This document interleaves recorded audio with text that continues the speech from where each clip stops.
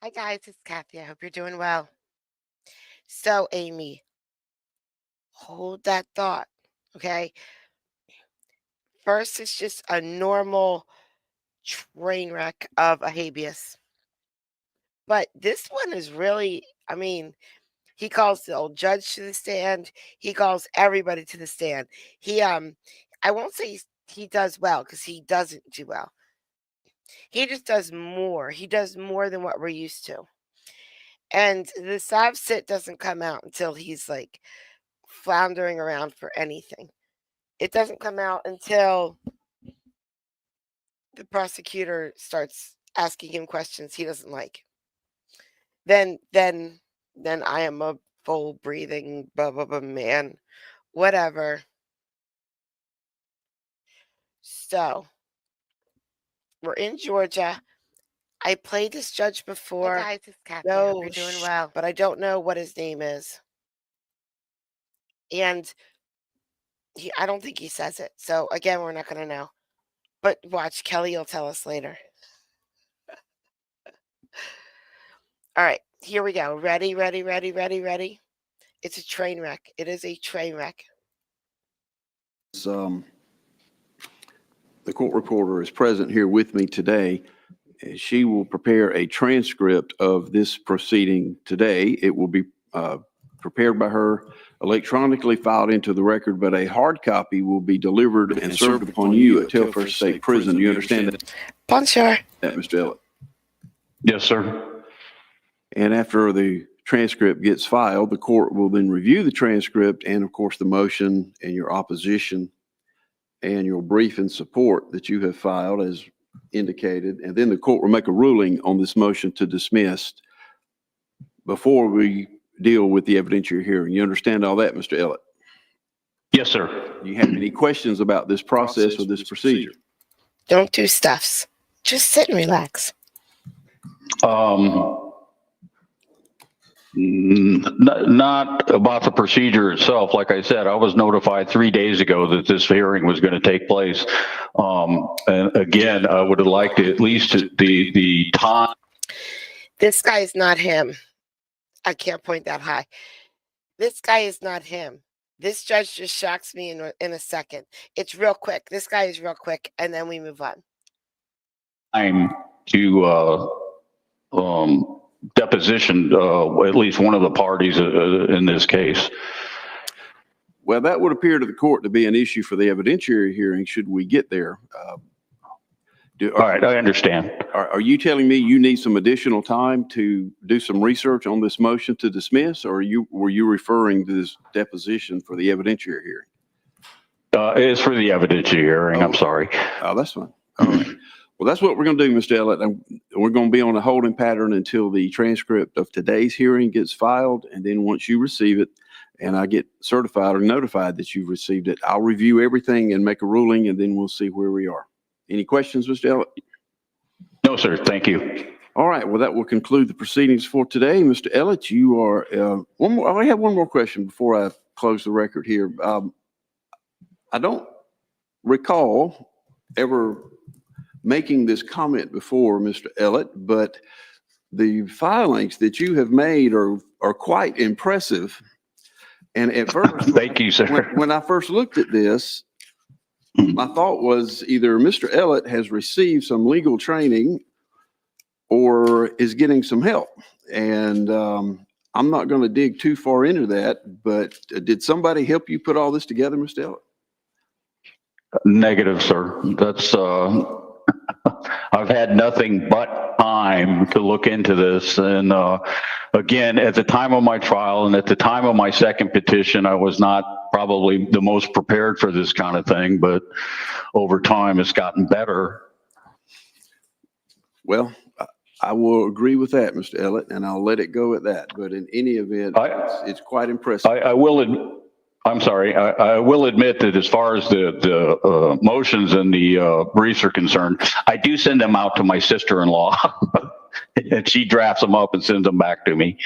Well, they're typed. Most of what we get is handwritten. I understand that. But at first, I thought there was an attorney. I went to the very last page first to see who signed it. And Anyway, I'm going to let that go. All right, Mr. Ellett, I will let you know of the decision and we will proceed from that point. But you are excused, sir. Thank you. Thank you, Never. sir. 0 times before have I heard that in a habeas docket. 0, 0, 0. When he says most of the times they're handwritten, they are handwritten sideways and and backwards and upside down. They're extremely hard to read. I should show you some of them. I get from Connecticut. So, Amy, you said, oh, Amy, this is from my job in the alley in the back. My little green. Yeah. Okay. Now we're getting to the guy. Here we go, guys. Okay.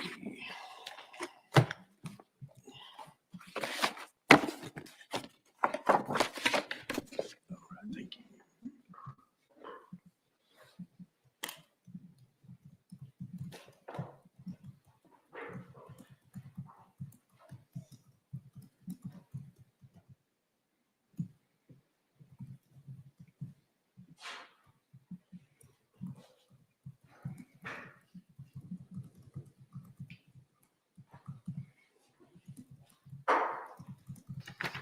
All right. Next up is Mr. Jenkins.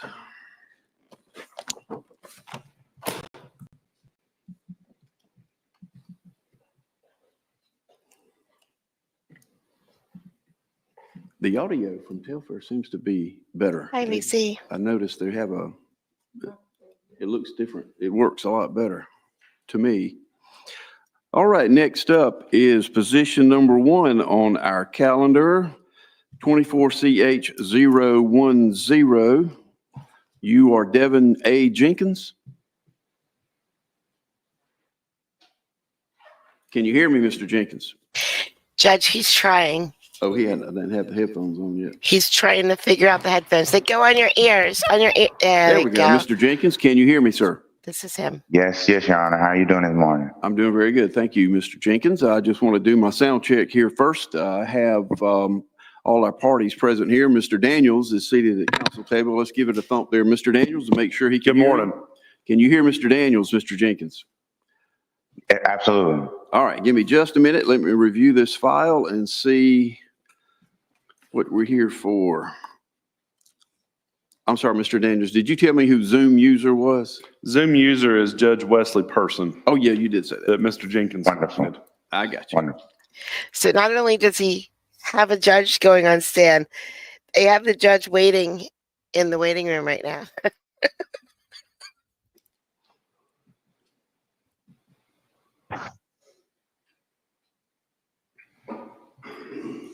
Judge, I would note that his office has been in contact with me. He's back on the bench, but can pop over when we need him. I just need to give them a heads up. All right, well, I will go over that in just a minute. Let me get a batting order here, but let me see what's before me today. So give me just a moment.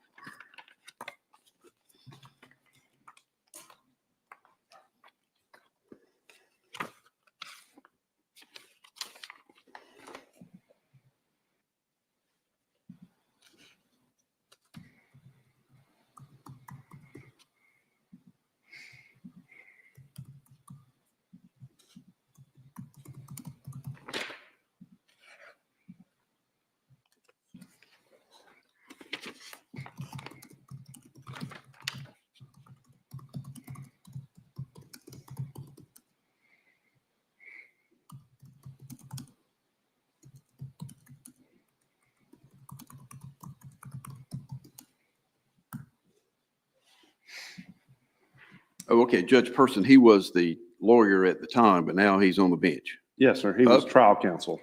Got it, okay.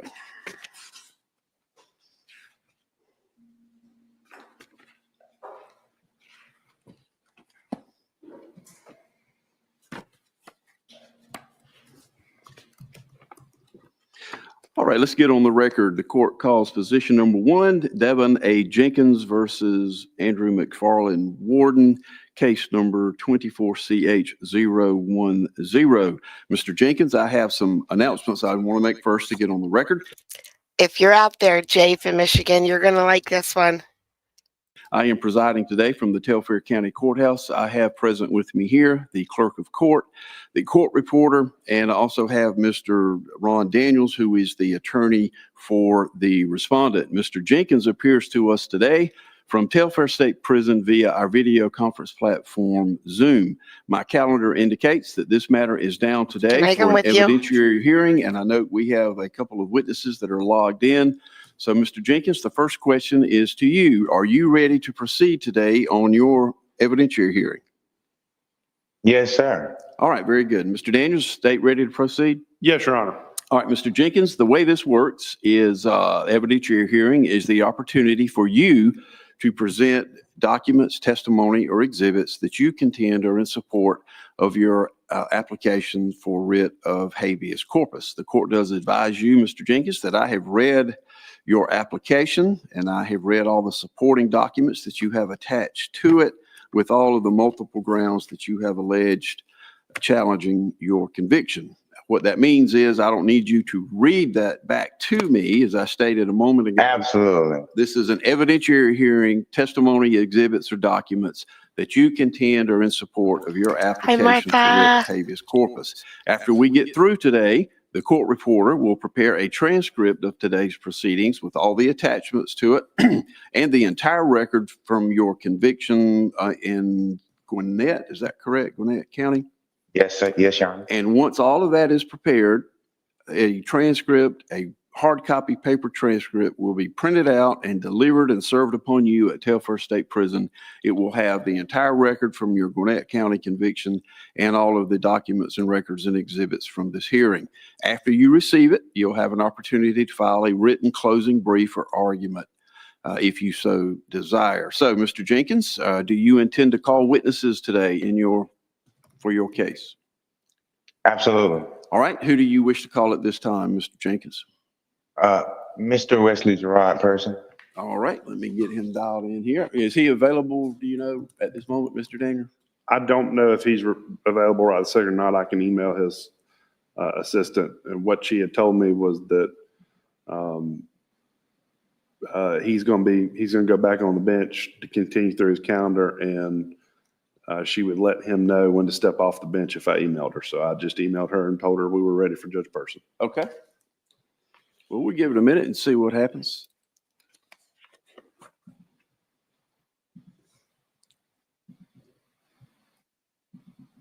And it's Persons, Judge Persons? Persons, okay. And if we could go ahead and let Mr. Clark in, perhaps, so he can know what we're doing. All right. And he's your witness? Yes, Your Honor. All right. I'll let them both in. We'll see what we got. She got away right now because she got a warning for the tour. Okay, ma'am. Oh, I think. I do. Okay, all right, I gotta step off. Okay. There we go. Hi, Katie. Yes, sir. All right, I will be right back.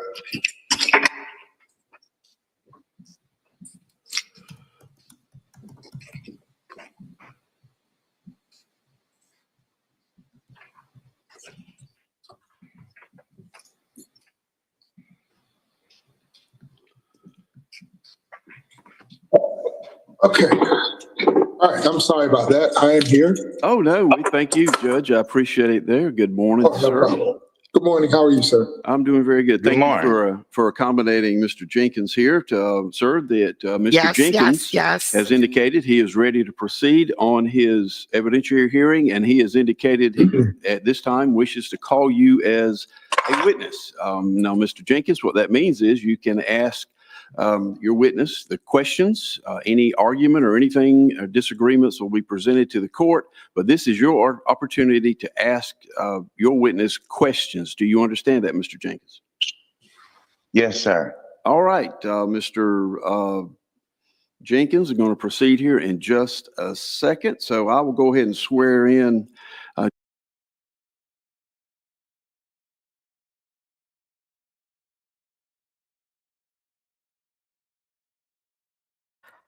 I'm going to get in trouble for this.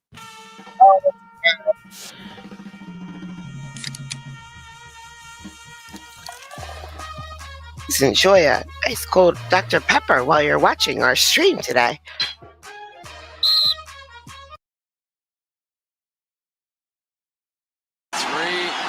receivers out to the right.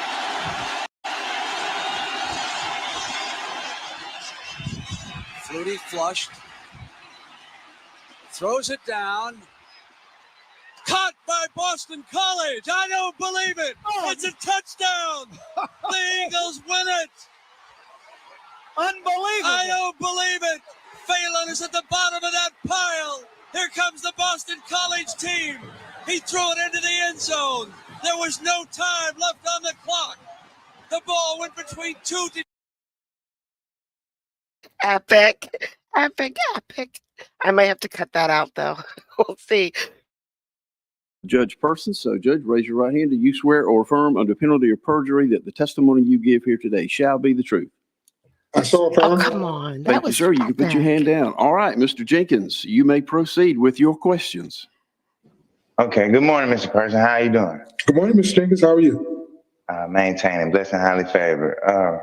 So we'll just jump right into it. I don't want to waste anybody's time here. For the record, can you state your full name and your profession? Wesley Gerard Person. I currently serve as a Recorder's Court judge in Gwinnett County. Okay. I was advised. Congratulations. How long have you been practicing law, Mr. Person? I was admitted to the bar in October 2023. 2003, excuse me. Okay. Wow. 21, 22 years? Roughly going on 21 years, yeah. Yeah, 21 years this October. That's a great milestone, man. I'm proud of you. So would it be safe to say that you're an expert in, litigating the law, or?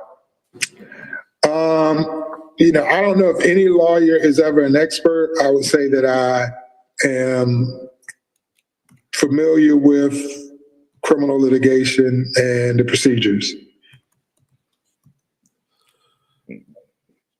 We'll leave that there. Okay. So let's jump. Okay. So on about September 4th, 2014 through February 2016, you were the legal counsel for the defense of Defon Antonio Jenkins. Yes. Indictment number 15. Okay. So you were in charge of coming up with and executing a defense strategy for Mr. Jenkins. Is that correct? Yes. Okay. This is a habeas trial. So this guy's in jail, and he's saying that his trial was no good, that he should not be in jail, that things happened that shouldn't have happened during his trial, and he's trying to fight his way out of jail right now, per se. And just for the record, do you recall what your defense strategy was in the case where you represented Mr. Jenkins in the murder charge? I believe our strategy was basically misidentification and the reliability and credibility of the witness that identified. This is the judge. All right, so this little guy right here, way up in the corner, up in the TV, he's incarcerated, so they don't let him. Sometimes they're here, but most of the time we just see them on screen. And this below him is the judge. But I'm pretty sure this judge used to be his lawyer, or maybe not. We'll find out. I can't remember now. It's a dumpster. I'm telling you, it's a dumpster fire. You as being the perpetrator. And he always talks in third party. So he's talking about himself, not the judge, the defendant. Of the offense. I think you were charged with armed robbery, murder, and several other capital felonies. So it was based upon the testimony you were placed, I believe, in the home by two. I'm sorry, I am going to talk about cheesecake. 6 days ago, someone left me a comment about how I talk too much about cheesecake. So I left a comment 6 days ago saying that I love cheesecake to that guy. One of my mods, Beck, found that comment today, and my mods came out in force. They all left comments to this guy, and it is awesome. They started some of them got the point right away, and they started giving just useless, stupid facts about cheesecake, which was awesome. And then others got the point real quick. The Fonzie that found it, I thought you were the first one.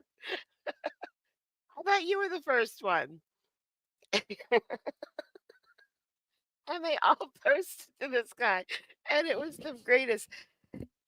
I found these comments while I was working tonight, and oh, I couldn't stop laughing. I don't remember talking about cheesecake either, but I do, in fact, love cheesecake. My cheesecake that I make. The alleged victims, and also I think a co-defendant testified to your involvement. So basically, the defense was the reliability of their testimony and the inconsistencies of their testimony. Okay, and do you recall what co-defendant that was that testified to my involvement in this melee that happened August 6, 2014? I don't remember his name, Mr. Jenkins. I know that he was a cooperating witness. He was, I can't remember his name. I apologize. I haven't looked at your file in a while now, so I cannot remember his name. If you ask me. You saying that he was a witness or he was a co-defendant within the case? He had been tried prior to you. Okay. Yeah, and because you were tried along with two other individuals, he had a trial separate from you and was found guilty, and I believe he testified in your case.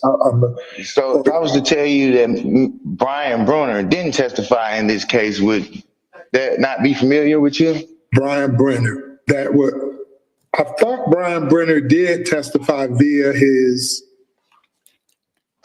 confession, but maybe and again, I apologize. It's been well over almost 10 years since I looked at your file, so I could be incorrect in that. But I believe Mr. Brenner testimony was used in your case in some form or fashion.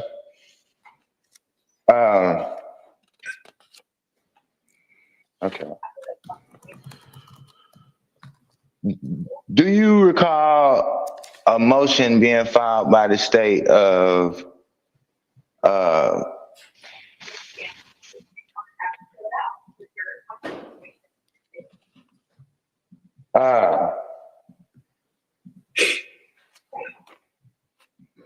co-conspirator statements, to admit co-conspirator statements? Yes. Where the statements are in furtherance of the conspiracy? I believe there was a motion to admit the co-defendant's statements as being because they were party to a crime. Okay, is that safe to say that may be what you may be talking about when you speak on a co-defendant testifying? Maybe, yes. Okay, great. Because there was no testimony from any co-defendants in that case right there. Okay, so the defense. So let's perfect the record. So the defense strategy was to discredit the state's witnesses, and to basically discredit the state's star witness, surviving victim, and questioning her all of a sudden in-court identification. Yeah, because prior to the in-court identification, there had not been an identification of you by either one of the two victims, I believe. And again, I haven't looked at this case in years, but that's what I recollect. That recollection could be flawed, but I do recall that there was no identification of you. I think you were identified through the testimony, and that's where I may be getting the co-defendant testimony, but I believe you were identified by Mr. Brewer as being a participant in this particular armed robbery. but you weren't identified by either of the two surviving victims prior Absolutely. to in-court identification. Absolutely. Okay. Yeah, you're absolutely correct. I was implicated by Brian Bruner as being a part of what took place at Mrs. Smith and Mr. Schreier's home, but I was never identified outside of court by either surviving victim as being a perpetrator involved in a crime at the home. Furthermore, do you remember the description that the surviving victims gave to the police department of the perpetrators? I do not, Mr. Jenkins. Again, I haven't looked at your file in a number of years, so I cannot comfortably say what I recall their description of you was. That's understandable. I do have a piece from from Mr. Detective Bobby Johnson's investigative report. Okay. Where the description is gave by one Miss Jamie Smith. That was Mr. Schreier's girlfriend or fiance or mother of his child. Absolutely. Okay, and it's page 32 of Detective Bobby Johnson investigative report. Do I need to show is there any way that I would need to implement this, Your Honor? What are you trying to do again, Mr. Jenkins? I'm trying to read from Detective Bobby Johnson's investigative report, just to refresh Mr. Person's memory of the description gave by the surviving victims. Well, I mean, I'll give you a lot of latitude, but as I stated at the very beginning, this is a Zoom hearing, and I don't think there's any way you can show it to him, but I'll cut you some latitude, Mr. Jenkins. You can. They do. They do not get into it. Okay. They do say why he's locked up. They do not give any details. It's sort of almost a passing comment, like maybe twice. We don't hear a lot about it. It's a murder trial. I think it's a double murder trial. I think one of the people that were murdered was an infant or a toddler. But we do not get into that at all. All we get into is dumpster fire. Refer to it and see if it'll refresh Judge Person's memory. We'll go from there. So I'll give you a crack at it, Mr. Jenkins. Go ahead. Okay. Well, page 32 of Detective Bobby Johnson's investigative report, he goes into the description of the suspects involved in the crime. And Ms. Smith describes two suspects. One suspect, well, the first suspect is the mean suspect, she says. Darker skin, really short or shaved hair, 6 foot or less, and weighed approximately 130 pounds. She didn't notice any tattoos, but she really couldn't say one way or another. That was her description of the first suspect. Bill, did you see? Hi, Bill. Guys, Bill from American Courts is here. Bill, did you see that I yanked your opening? And I played it here yesterday from your channel where Luis came up. That was awesome. Thank you. The second suspect was the nice suspect. A little taller than the mean suspect, light skin, short goatee, close cut hair, and polite. Ms. Smith couldn't say if the suspect had tattoos due to it being so dark. So those were the initial descriptions given by both her and it was her really good, though. Of the suspects, in which they gave the GBI sketch artist no, they didn't. Those descriptions where he generated sketches. Do you recall that? I do. Yes. Do you recall them sketches having any resemblance to your client, Mr. Devon Jenkins? Not that I recall, Mr. Jenkins. I don't think they were. If I looked at the sketches, I don't think I would say the sketches looked like you. I mean, so no, I didn't see any resemblance. Okay. Do you recall how many photo arrays were shown to Miss Jamie Smith prior to the in-court identification on, what was it, February 4th, I believe? I don't recall. I know it was one. It was 8 photo arrays. Okay, yeah, it was.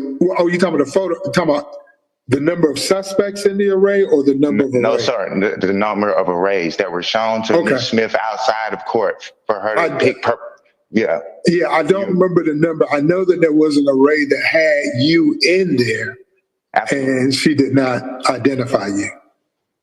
Yeah, absolutely. For the record, I actually have all those arrays inside of my exhibit list, and including the one with me in it.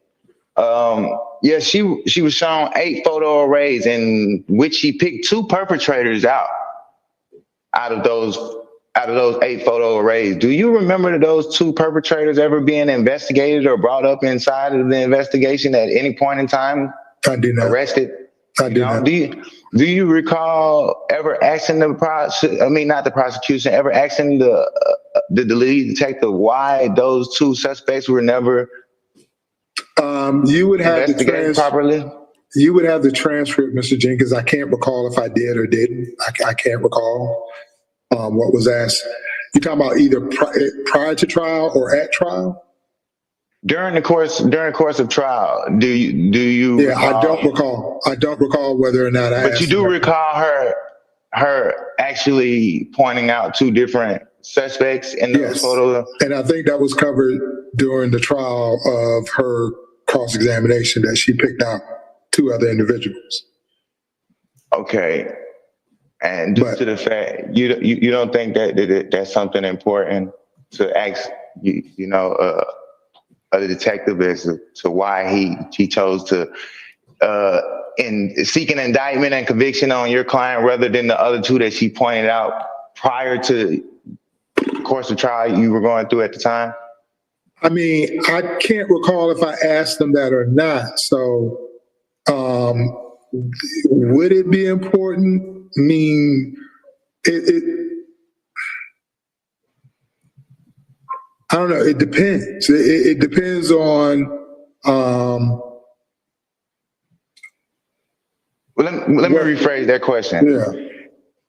If you're defending a client and your client hasn't been identified by any victim or any eyewitness as being a party to that crime, picks 2 suspects other than your client out, don't you think it's kind of important to understand why they chose to seek conviction of your client rather than the ones that she picked out prior to your client? Yeah, and I think during the course of my defense in the case was that her testimony was unreliable because she could not identify you when it was closer to when the events occurred, and that she had identified 2 other people as being the perpetrator. I don't think I said, why didn't the police go and investigate them? Because I don't know, it was more important for the jury to understand that her identification was unreliable because it came so late, and it came at a time where, you're sitting in a courtroom and, she's pointing you out. That seems more convenient and shouldn't be relied upon as much as when she's shown a lineup at the very, within hours of when the event occurred, and she was unable to pick you out. Okay. And I'm glad you brought that out, because since it was such a big thing for you to help the jury to understand how unreliable her identification, her in-court identification was of Mr. Jenkins as being the shooter, not just being a part of the crime, as being the one who actually shot her. Go to the window and wait. Her infant daughter and her boyfriend at the time.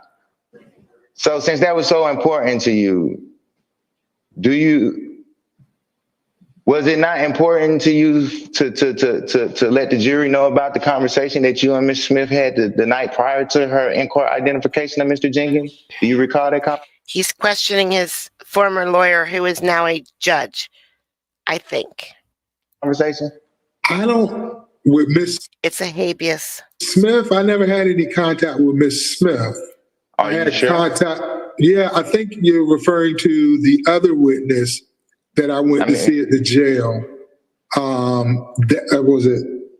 I can't remember. Began with a D.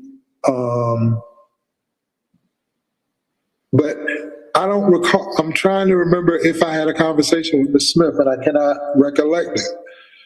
I know I had a conversation with the young lady that was her cellmate that also played a part in the trial. You're speaking on my ex-girlfriend, Summer Rain Lawrence? Summer Rain Lawrence, that's it, Miss Lawrence.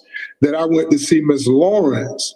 Go to jail. During me seeing Miss Lawrence, I think I saw Miss Smith and realized that Miss Smith and Miss Lawrence had been housed in the same unit.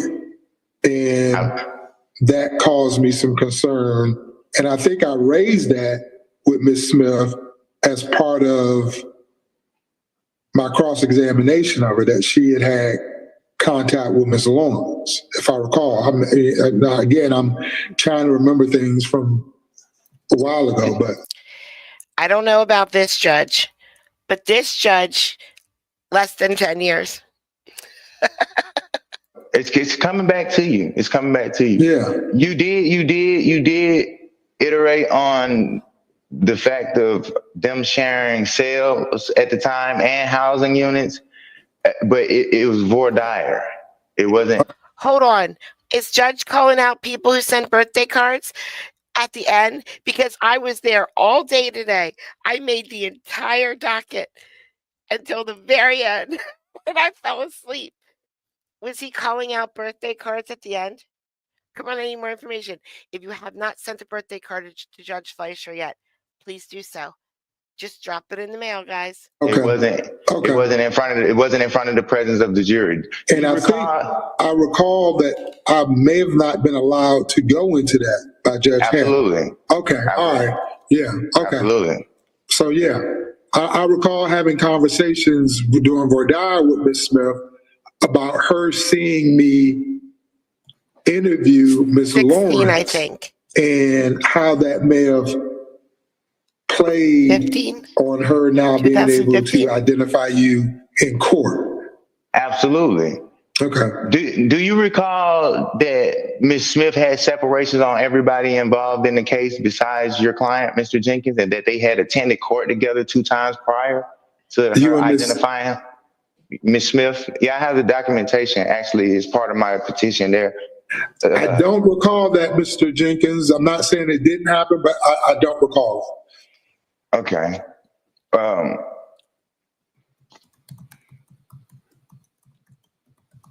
Do you recall Ms. Smith stating when she identified Mr. Jenkins inside of the courtroom, do you recall her stating that that's the guy right there, he just don't have the baby dread? I think I recall something of that. I think I do. I recall something of that being her testimony, that she identified you and maybe said that something about your features were different from that night. Right. Okay. Whereas she had explained, and they had drawn up, and she actually pointed out 2 different assailants with lower shaved haircuts as being the perpetrators. Do you recall at the time that Mr. Jenkins being watched, or the evidence in which they produced? I actually have some of them pictures in the petition too, that Mr. Jenkins' hair was well like this, a nappy fro, like. I don't. Not speaking on the arrest. I'm speaking on the pictures that they had of Mr. Jenkins prior to the arrest. You talking about the ones that were in the photo array? Yeah, no. I'm speaking on the ones that they took during the day of the murder. I don't recall that, Mr. Jenkins. I'm trying to search my mind. I just don't recall. I'm not saying it did not happen. I just can't recall it. Right, this is perfectly fine, perfectly fine. Okay, yeah, Mr. Jenkins had an afro, with the size chimp the day of the Your murder, Honor, I'm going to actually. object. This is not time for Mr. Jenkins to be testifying. Well, Mr. Jenkins, you are getting pretty testimonial yourself. You'll have that opportunity to testify, but you need to focus on questions for Judge Person so we can get through this. So questions only. Absolutely. I actually have questions written down for him right here. I'm reading from a questionnaire, Your Honor.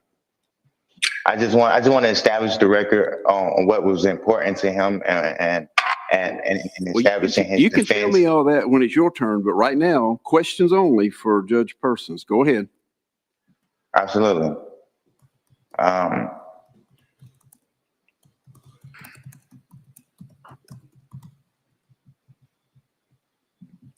Any more questions, Mr. Jenkins?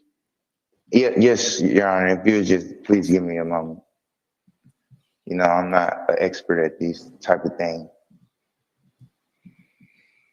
Oh, okay. So, No, do egg you custard recall tart. on or about Egg February 3rd, I wish it was cheesecake. 2016, that you went to obtain testimony from your client's ex-girlfriend, Summer Rain Lawrence? Yeah, I went to, because I think, if I recall not, Summer Lawrence was a late added witness. She had not originally been part of the state's case, and then she was later added. And at that time, she was in the Gwinnett County Detention Center. I can't remember what kind of charges she was on. But yeah, I went to speak with her at the Gwinnett County Detention Center. Okay. And during that testimony that you obtained from her, do you recall what was spoke on? I don't, Mr. Jenkins. I can't. I know it was related to because I think some of her testimony was related to things that you may have said to her. So that's all I can recall, and that could be wrong, but that's what I recall at this time.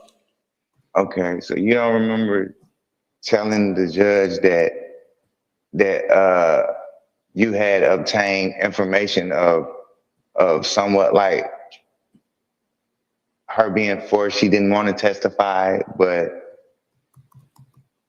she felt she had to, and that she was some sort of emotional motive. Do you remember anything like that? I don't, Mr. Jenkins. I do. I recall that she was not very happy to talk with me or talk to anyone. But that's the only thing I can recall. I can't recall exactly why, but I know she was a reluctant witness.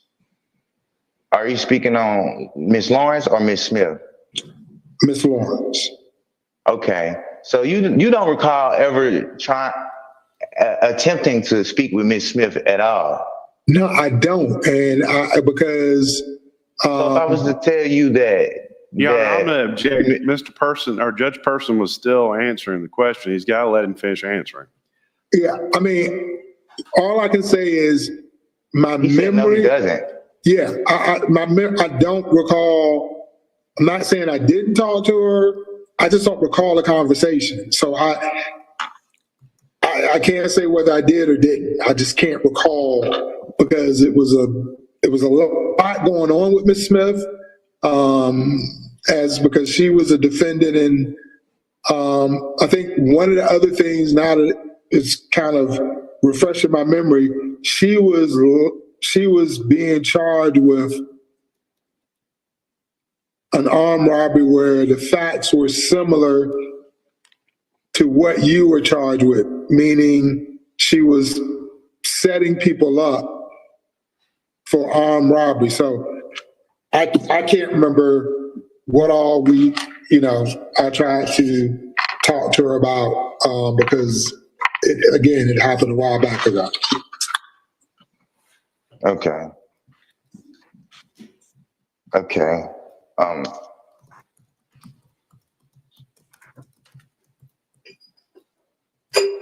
if I was to tell you that you made a statement during the course of trial stating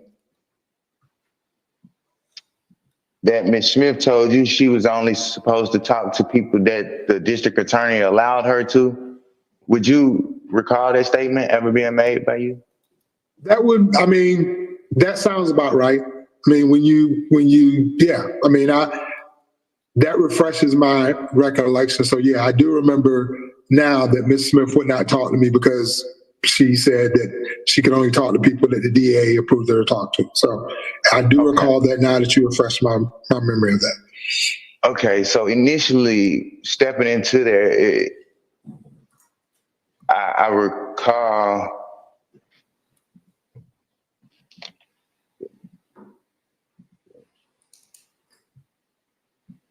do you remember saying that you introduced yourself to Ms. Smith as Mr. Jenkins' attorney?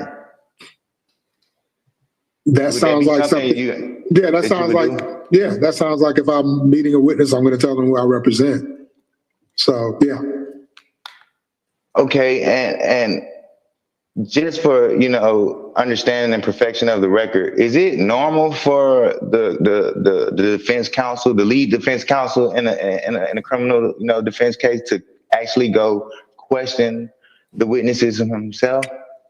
It's not unusual. I think at the time of trial, I felt that it was necessary for me to go talk to her to kind of get a feel for her. So it's not unusual. No, it happens all the time. Sometimes we have investigators that we will send out. Sometimes we'll go out. It just depends. Okay. Do you remember Summer Rain Lawrence telling you that she had spoke with Ms. Smith about Mr. Jenkins and the description of him and who he was to her? I believe I recall something like that because I think that was part of why we were saying that her testimony as to your identification was not reliable because it was based on Summer Lawrence's knowing you and not her. Oh, absolutely. We're on the same page. Okay, so since that was the kind of roadblock we were at during the course of trial, the only way for you to put that in front of the jury would be for you to do what? Do you have an answer to that? I don't. I think we were prohibited from the court because the court had determined that evidence was not proper to go before the jury. Because it would have been a conflict of interest due to the fact that you were my attorney. No, it wasn't a conflict of interest. It was that I think the state had alleged that would have been prejudicial character evidence because they had not yet been convicted of a crime and that there was no evidence that they were getting some sort of preferential. That they weren't getting any reduction in their sentence or anything like that. That the state was not negotiating anything with them on their charged crime to get their testimony. So I believe the court determined that getting into that would be character and not permitted because it didn't go to on their behalf or the defense on their behalf because the court, I think if I'm recalling correct, and I could be wrong, but the court felt like that didn't go to that credibility, that it wasn't a credibility issue and it wasn't a conviction. So therefore it would have been pure character evidence. Happy birthday, Amy. Happy birthday. Everybody mail her a cheesecake, please. And therefore was not admissible to impeach their testimony. Okay, so if I was to tell you that their convictions had been finalized prior to Mr. Jenkins' trial, that would be new to you? I don't think it was Mr. Jenkins because I think because I know it didn't come in because I wasn't allowed to raise it. I know we had a motion for it. So that's what I'm recall, and I could be wrong, but I know the court would not allow me to go into their prior convictions, that was off limits. Because I remember arguing about that and not being very happy with the court's ruling, because I felt like it should have been allowed, but the court determined that it wasn't, if I recall correctly. I could be wrong. Again, I haven't looked at the record in years, but that's what I recall. That they wouldn't allow you to basically to implement their convictions or arrest into the record to the fact it was just it was just character. Yeah, because I know Miss Smith was charged with armed robbery where she was setting people up. Right. And I wasn't allowed to go into it. The court determined that was not. It was a limited instruction on that, was it not? I would have to agree with you because you viewed the record. I believe it was a limited instruction. Okay, all right. I think I know what happened right there. Hi, Willie.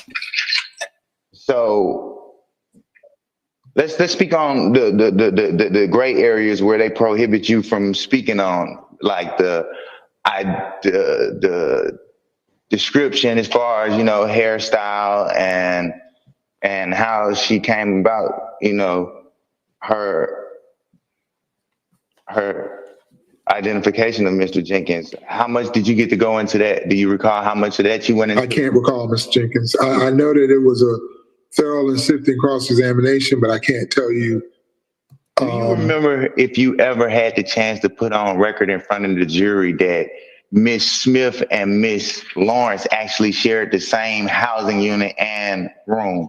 I can't recall. Mr. Jenkins. I know I can't recall. Do you recall ever putting it on the record that Mr. Jenkins was the only co-defendant that they failed to put a separation on between him and the surviving victim as well as Starr's state witness? I don't recall that either, Mr. Jenkins. Hi, Crystal. I mean, I wish I could, but I can't recall. Do you recall saying for the record and on the record that you felt you had been ineffective assistance of counsel to Mr. Jenkins because you had failed to prevent in-court identification as well as recuse yourself in order to testify? I was expecting the same to thing. Statements that inconsistent statements made by the state star witness and surviving victim. Do you recall ever stating that on the record, for the record? I think I did. I can't remember exactly what I said, but I think there was a statement of me because I think I was frustrated during the course of the trial. Do you remember sitting back and telling the judge that you needed a moment because you didn't want to make a decision out of frustration? That sounds accurate.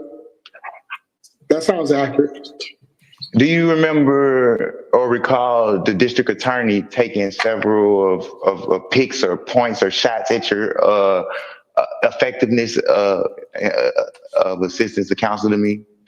He may have. I mean, that sounds consistent with.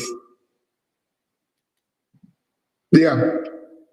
Okay. Now I want to jump back because we kind of hurtled over this. We kind of jumped into it quick. So, in your opening statements, which you did a great job. I just want to tell you that I never got a chance to tell you how good a job you did at trial, man. It was a lot stacked up against you. You did a great job. It was a lot of things like this right here. You told the jury that they weren't going to get an in-court identification, that nobody was going to come in there and pick me out because couldn't nobody identify me because I wasn't there. Do you remember telling the jury that? Yeah, because at the time, Ms. Smith had not made an identification of you, and there was no information that I had that she would. It was the fact he had been shown Mr. photo arrays. Jenkins, I'm going to stop you. you've got to stop interrupting the witness. I want to hear what Judge Persons has to say. And when you interrupt him, I completely lose what you're trying to get at. So let Absolutely, the man finish before you interrupt him. So Judge Persons, you may go back to that. Thank you. Well, yeah, what I was going to say is that there was no indication that there would be an in-court identification, because I was very concerned with that. And, I was continually told that Ms. Smith had not made an identification. There had been any prior identifications of you.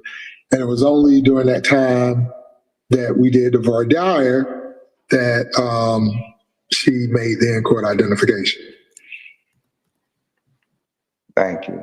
Do you remember her ever giving a description of the shooter as a guy that had a mask on the entire time?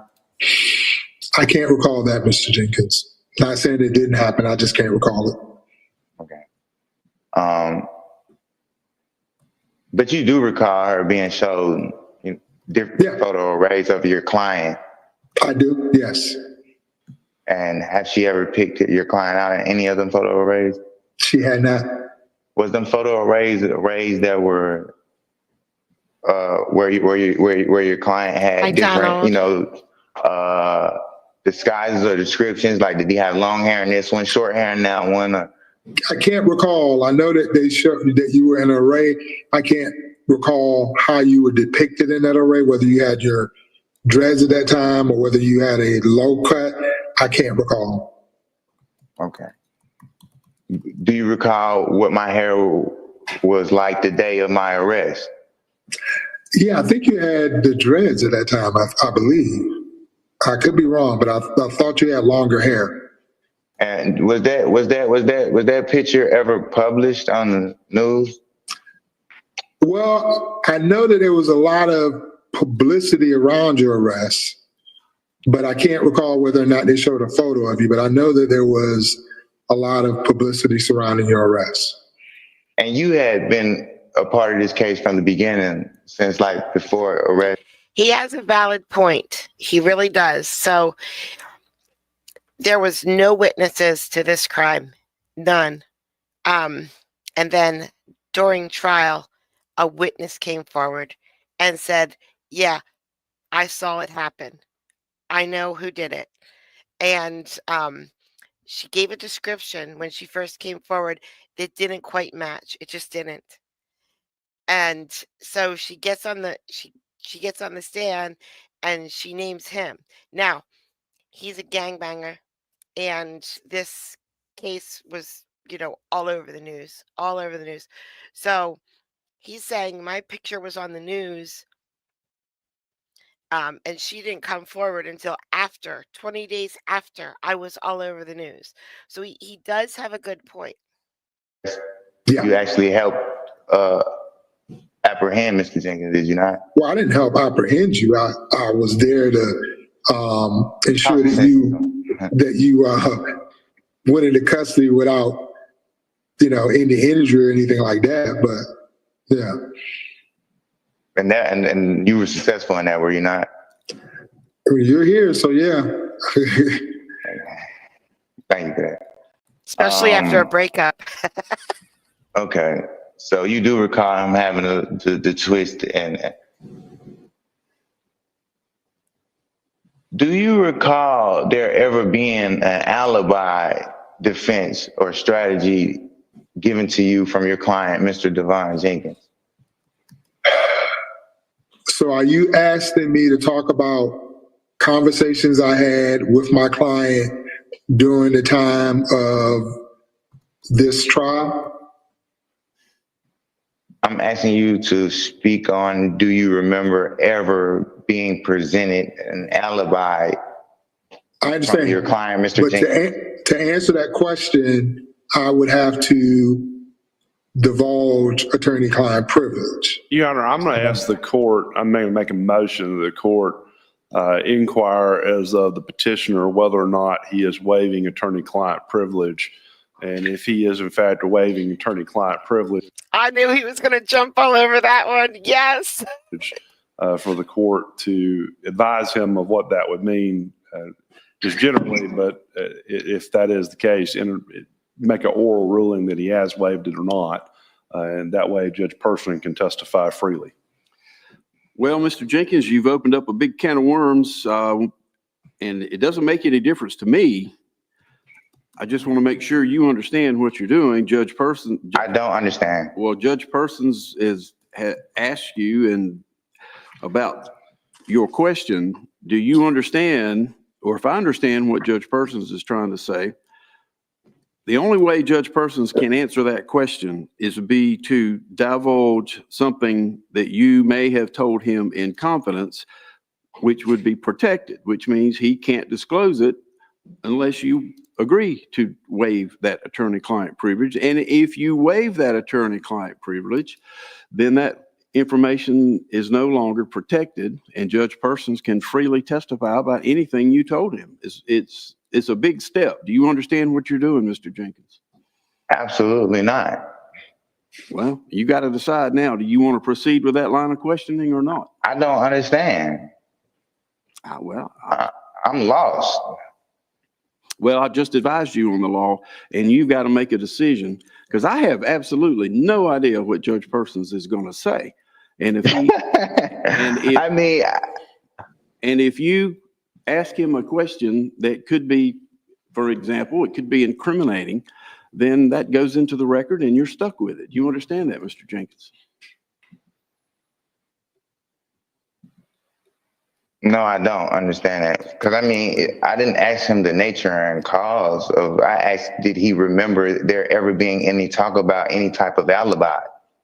We just spoke about defense strategies and so forth and so on. So I'm really lost. I don't understand. I don't know what can become of this. Well, I'm not an expert in this, right? Well, Mr. Jenkins, I'm not your lawyer, so I can't give you legal advice. I just want to make sure you are aware of the danger, and I've informed you of the danger. So now either you're going to ask this question again and Judge Persons can answer it, or you can move on to something else. Well, we've got to do one or the other, Mr. Jenkins. So you want an answer to the question or not? Yes or no?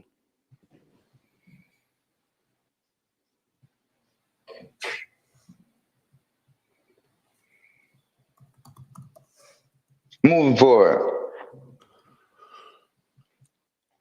What was that? I didn't hear you, Mr. Jenkins. I said moving forward, Your Honor. Moving forward. Move forward. Okay. All right. Proceed with a different question then, Mr. Jenkins.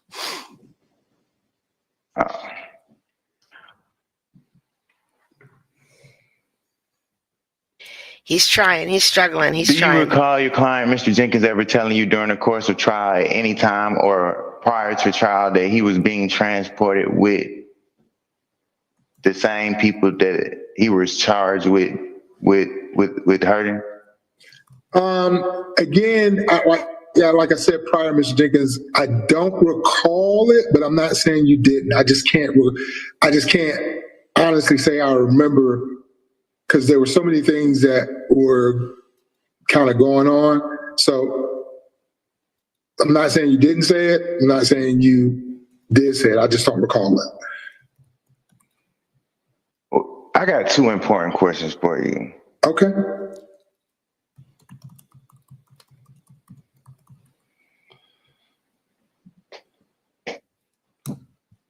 In your opinion, as a 21, 22 year litigator of this law that we uphold over here in the United States of America, do you feel that your failure or your ineffectiveness was detrimental to the defense of Mr. Jenkins due to the fact that it didn't stop the identification, the in-court identification? Or shed any light on your question. Okay. So, do I have regrets about your trial? Yeah. Honestly, Mr. Jenkins, there hasn't been a time. I've thought about your case a lot. I really do. Your case haunts me. in a lot of ways. But do I feel like I was detrimental? No. Do I feel like I could have done a better job in certain aspects? Yes. Do I wish I had done a better job in certain points? Yes. But I don't think, and if I did feel like I was detrimental, I would be candid and say that. I wouldn't, but I mean, I think about your case a lot. I do. It's not a year that goes past since you've been convicted that there's not 3 or 4 times during that year that I think about you in that trial and think about, well, maybe I should have did this as opposed to that. But I don't think I was detrimental, no, honestly. So what do you think the effect is of you telling the jury there would be no in-court identification and they turn around and get an in-court identification from the person? Yeah, I think that, Your Honor, I think that calls for speculation as to what the jury thought. I'll overrule it. I'll. This part really annoys him. So during the opening statements, the lawyer said no one can identify him. Again, that witness came up and identified him. Allow the answer. Go ahead, Judge Versus. And candidly, Mr. Jenkins, that is one of my regrets, because I probably, had I do it over again, I probably wouldn't have said that because. Again, he talks about himself in third person a lot right now. The sob sit comes out at the very end when he's getting questioned about his name. You never know what's going to happen at a trial. That's one of the lessons, they call this the practice of law for a reason.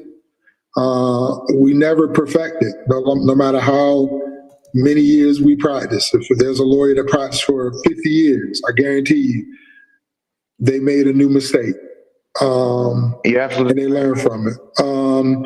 So if I had that to do over again, that would be one of the things I would not have done. Okay. And was that part of strategy? Well, yeah. I mean, it was strategic because at that time I thought it was helpful for the jury to know that nobody was going to identify you as being the person that pulled the trigger that ended the victim's life or that shot the child. So yeah, that was strategy. That was strategy because you knew that. I mean, you knew this to be. I pretty much all indications that I had, Mr. Jenkins, that there was no identification. There had not been another identification from either one of the victims. There was nothing that I got that hinted that would change. Because if it would have, if I had known or had some inclination, I wouldn't have said that. I would not have said that at all. Correct me if I'm wrong. Do you not recall being the person who actually brought it to the court's attention that Ms. Lawrence and Ms. Smith actually spent a lot of time around each other and had discussed Mr. Jenkins and didn't have separations on Mr. Jenkins and had separations with everyone else? And yeah, I think that was after she made the in-court identification. Darren I think Brooks, when she made the in-court identification, I tried to point out to the court why she made that in-court identification and why it was probably not reliable. Okay, so you were in possession of this intel prior to the in-court identification. You knew that this could be some type of issue. Yeah, that was after the opening statement. That was after that point. Remember, this was what, like a 2 or 3 week trial, if I remember correctly? Absolutely, yeah, it was like 3 weeks. So like 3 weeks. it was after I discovered. Same. I would fall asleep every day and I would wake up Daryl Brooks or that other guy. Oh gosh, you guys know him, that other guy. Oh man, I can't believe I forgot his name because every day he was on. I think he was a lawyer, murdered his wife. Oh gosh, you know who I'm talking about. All of you do. I just can't remember his name. Ms. Lawrence was the roommate or with Ms. Smith that I realized there could be some compromise. Okay, and due to that particular fact right there, when you were limited in your questioning or your cross-examination of Ms. Smith and Ms. Lawrence, when you were kind of handcuffed right there, it didn't resonate with you to recuse yourself. That way you can testify in full and reveal the things that had been revealed to you. I don't know if I could do that, Mr. Jenkins, because I don't think that crossed my mind, because that seemed to have been something that would have not been permitted, and so no, I did not think to do that. Let me rephrase this question.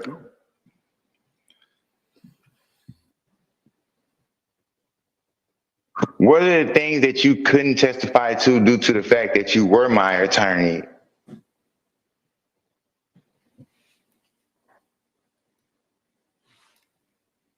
As far as the identification and your questioning goes with the witness, Ms. Smith and Ms. Lawrence, at the jail that day, for February 3rd, prior to the 4th, they testified on the 4th. I don't think I could do that, period, Mr. Jenkins. It wouldn't have crossed my mind to tell the court, hey, I need to recuse myself because I need to testify on this. I don't think that ever crossed my mind, and I don't think that wouldn't have been good strategy to me, because number one, I don't think the court would have tolerated it. And number two, I think it would have been detrimental to your defense. In what way, Mr. Person? Because it would have, I think it would have opened, because for me I don't know how I could have been a witness in your case, period. You know, I can't think in my mind how I could have been a witness in your case. And I think I would have maybe antagonized the court, which could have had some effect on potential rulings from. I know you said it was for peg leg, but yeah, they'll just do the same thing. They'll ask him if he wants to release his attorney from that. And then that's it. Then everything's open. It's bad. The court, which would have, I think, may have been detrimental to you. So I think it would have been, the court would have taken it as being a stunt, because what would I have testified to?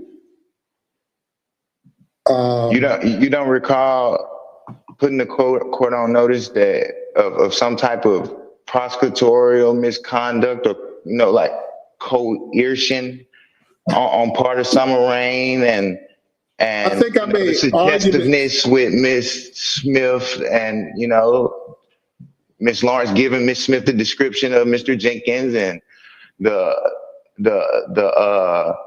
character, the many things they say they discussed. I mean, this was your testimony. I wasn't giving you a chance to perfect your record before, because the transcripts, speak volume.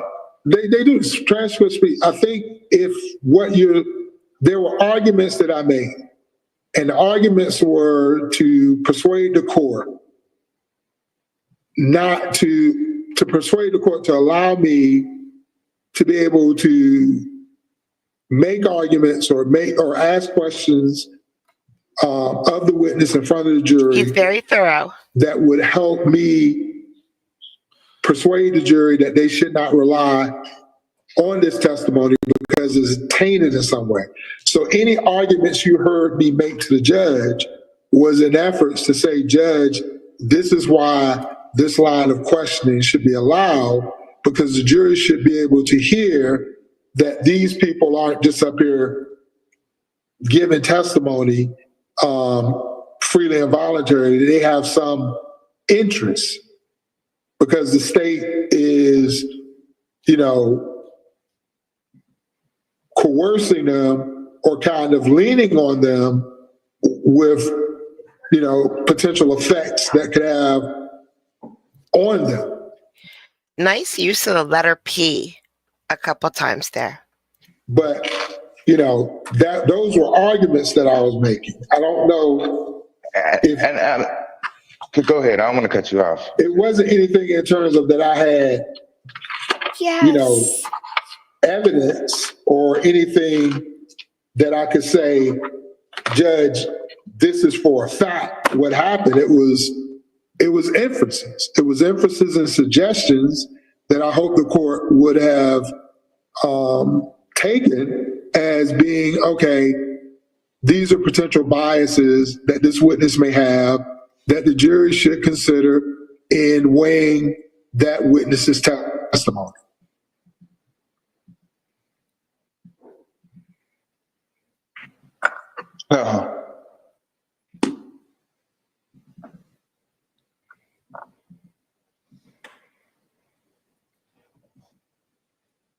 So, are you saying that you constructed and construed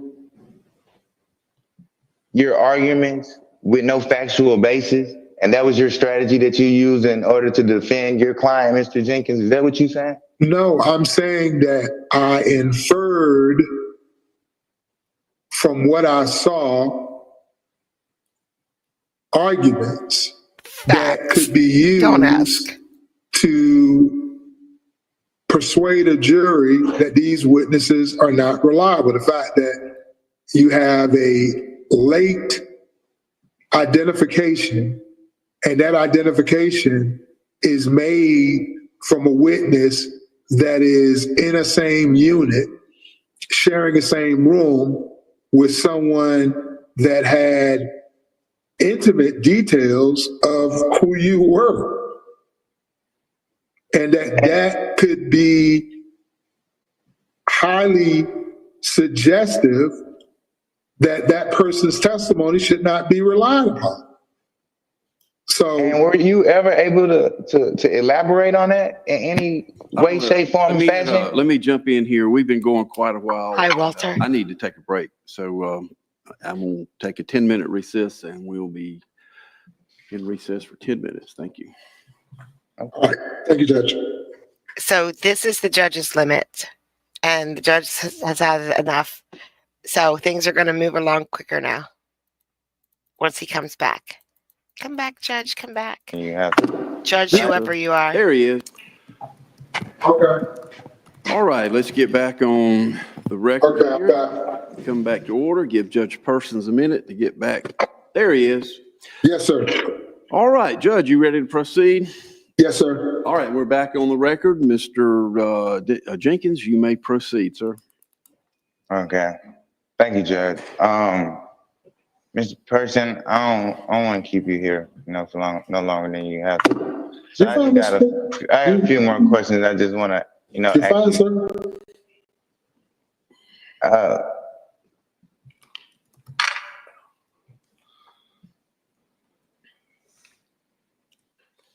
Do you believe that you introducing yourself as my counsel was a easy way for Ms. Smith to come and identify who Mr. Jenkins was? I don't know how it would have been, because if she didn't know who you was, she wouldn't know who Mr. Jenkins is. And as a lawyer, we have to sort of be upfront with people. We can't, sort of come in and be like, yeah, I just want to ask you a question. I mean, we got to kind of let people know why we're there and who we represent. So there was no way I could talk to her without telling her that I'm a lawyer and I'm representing you because, you know, she's a witness in the case. Okay.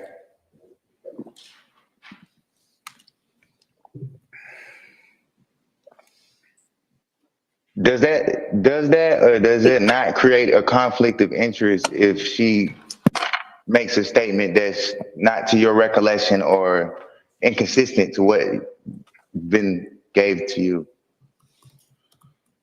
I don't know if there's a conflict of interest. There's not a conflict of interest, but is it like if she does then lie to me, then it can be challenging to impeach her. So because I say it every time. Every time. Or that's not true. I say that, or Lucy in the Sky with Diamonds starts playing in my head. And do you recall that this was something that we had actually went through during the course of trial in What do you February mean? of 2000? It was hard to impeach the state star witness and surviving victim. I mean, I don't know necessarily if it was the discussion of it being hard to impeach them. I think it was, we need to be careful in how we impeach them, because ultimately we had a young, I think at the time she was preteen, the daughter had been shot, and I think Miss Smith had been shot, and there had been, you know, they had witnessed their father and fiance be murdered. So I think it was some discussion as to being very careful on how we treated them in front of the jury, because that could, you know, hurt us. So were you more worried about the jury's feelings or your client's innocence? I think they go hand in hand, Mr. Jenkins. If I alienate the jury, they're not going to take it out on me. They're going to take it out on you. So I need to make sure that I'm not doing anything to make them not hear my argument. And, you know, because if Yes, that's why we're here today. This just happened earlier, well, yesterday. It's a habeas proceeding. He's fighting this. if they're mad at me and not listening to me, that hurts you, because I'm your advocate in that courtroom. I'm glad you brought that to light, Mr. Person. And since you feel that way, since you knew that you had already hurt the defense, you had prejudiced the defense by lying to the jury, telling them there would be no in-court identification. Your Honor, that was a problem. Your Honor, I'm objecting. That's badgering the witness, number one. Two, it's mischaracterizing the evidence that's been presented. I sustain that objection, Mr. Jenkins. That was way out of bounds, and I'm going to instruct you to not repeat that question. Do you have any more questions for Judge Persons? Absolutely. All right. Witness is with you, Mr. Daniels. Judge Person, I think I said I had more questions. I'm sorry, Mr. Jenkins. I misunderstood what you said. I apologize for that, Mr. Jenkins. I thought you said you did not. All right, you may proceed with your questions, Mr. Jenkins. Mr. Jenkins, do you have any more? Yes. I'm trying. I'm not an expert at this right here, so it's not going to just. I'm trying my best. Yeah, I'm going to move to strike what Mr. Jenkins just said, that he's not an expert at this, that he's reading questions. You don't have to be an expert to read questions. He's all right. Well, let's just get back. Made comments to try and make it seem as he's at some sort of disadvantage, and it's improper.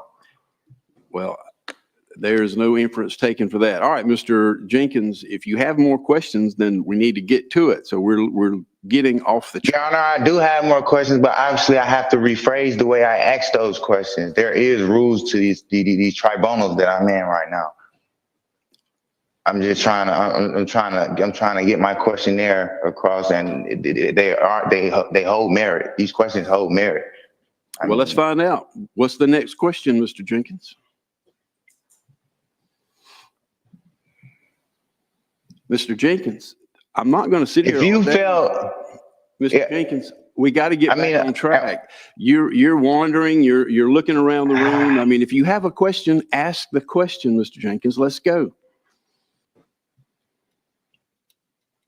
I feel as if I'm being pressured and rushed into my defense. And Mr. Jenkins, do you have any more questions or not? I do have a lot of questions for Mr. Wesley Person. I have a lot of questions for him. This is my witness. I subpoenaed him. He doesn't. I He held up my doesn't. Not a whole. lot more. I have a lot of questions for Mr. He has Person. other Ask witnesses. your question, Mr. Jenkins. I am. I'm trying to perfect the record. I'm trying to perfect it. Something that Mr. Person said we'll never be able to do, litigating. So I'm sorry if I'm taking a little bit more time than others. Please excuse me. I'm fighting for my life here. Mr. Person.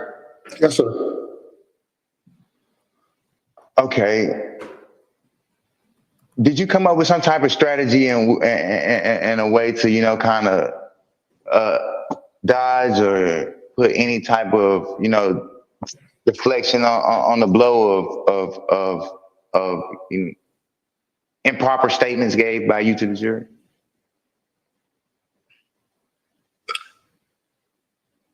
I mean, I don't think I gave any improper statements to the jury. I think in my opening arguments, which open arguments are not evidence, I gave them what I believe based upon me,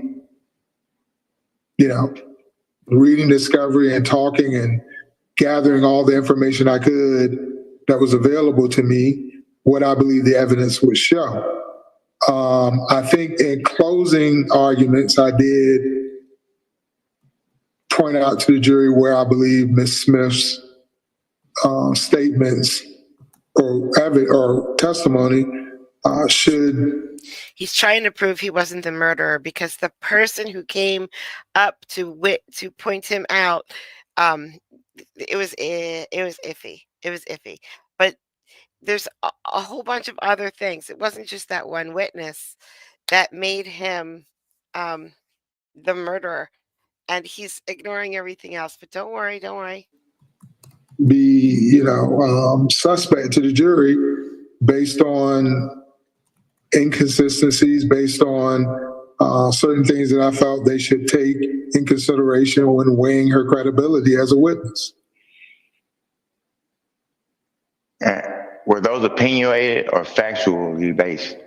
They were based on facts. They were based on the fact that she did not identify anyone at the time of the incident.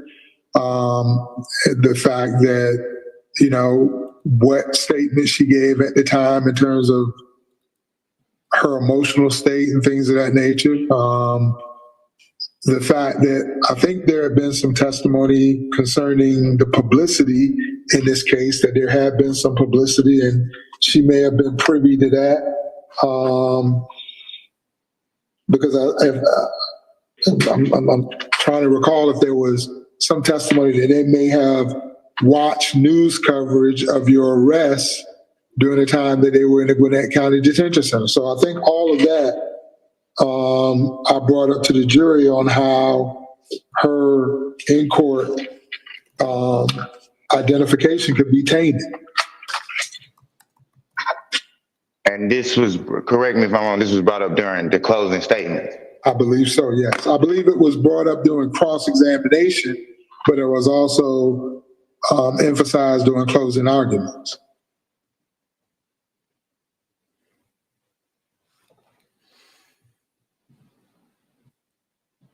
So if I was to tell you that it was never brought up during cross-examination, that wouldn't be something that you would. It wasn't brought up in closing cross-examination that she may have viewed in front of the jury. Okay. I mean, I have to take your word for it, Ms. Jenkins. I haven't looked at the transcript. So a lot of the facts may be part of what was argued during. He did. He wrote down a lot of questions to ask. However, he didn't realize he wasn't allowed to ask those questions the way that he had prepared them. He didn't know. So now he's trying to fix it on the fly. The court out of court arguments, and I could have been instructed not to go in front of the jury, but I have to take your word for it, sir. And let's just say hypothetically, if that was to be the case, if you were to find out that those were not, those type of statements and findings weren't able to go in front of the jury, do you feel like that had you had a chance to put it in front of the jury, that would have been your best defense strategy? Due to the fact that you said your strategy was to discredit all witnesses, right? And the tainted identification. If the court had instructed me that I could not, I would say yes, I would have liked to have gone into that. But if I didn't, I believe it was probably because the court instructed that that evidence was not admissible.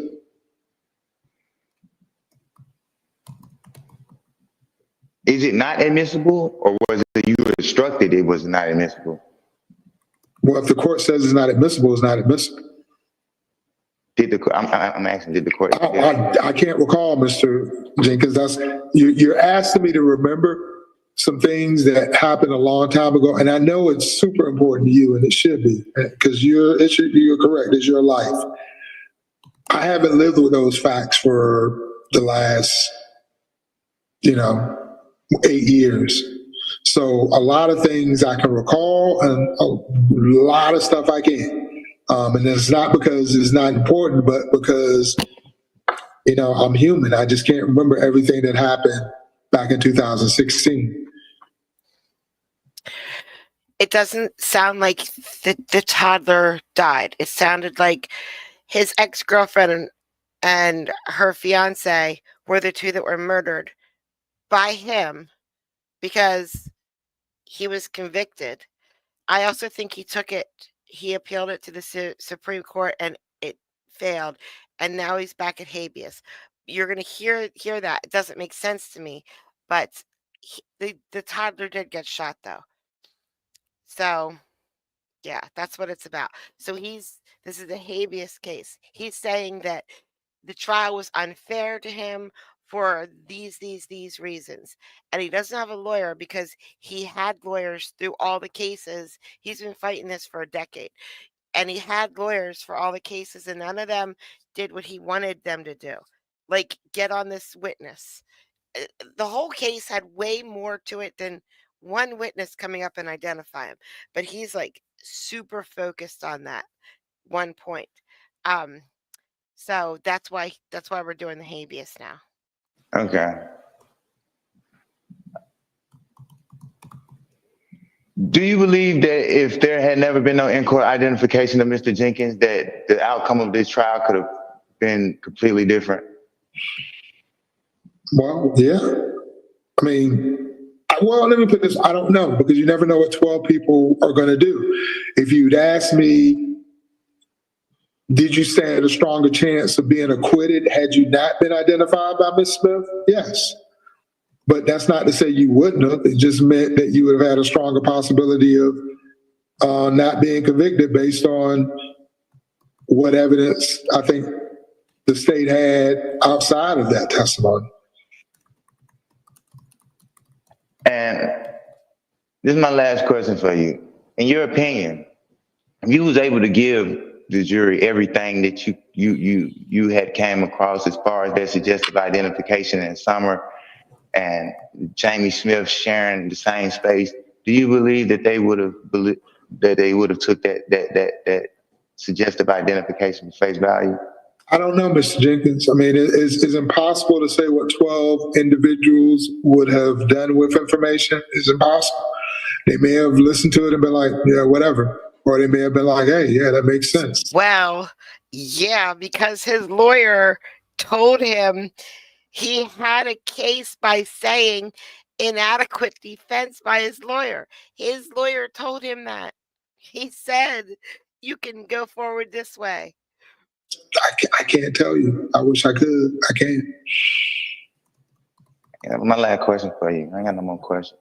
All right.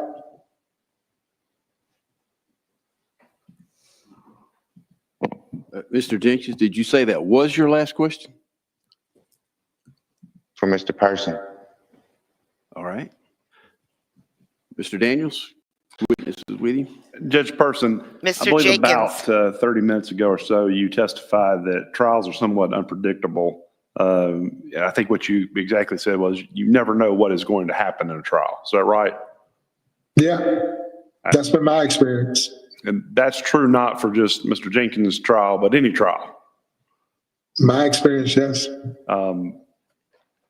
Now, in the context of you trying to serve as a witness for Mr. Jenkins, would you anticipate that the prosecutor, if you were allowed to testify as a witness for Mr. Jenkins, would have questioned you on your obligations to him as his attorney? I would suppose that would be, I would suspect that would be a line of questioning. And in fact, what you would most likely suspect would happen is that the prosecutor would put you through the test of you have a bias towards your client, even if it is a former client. Yes, that would be a possible line of questioning, yes.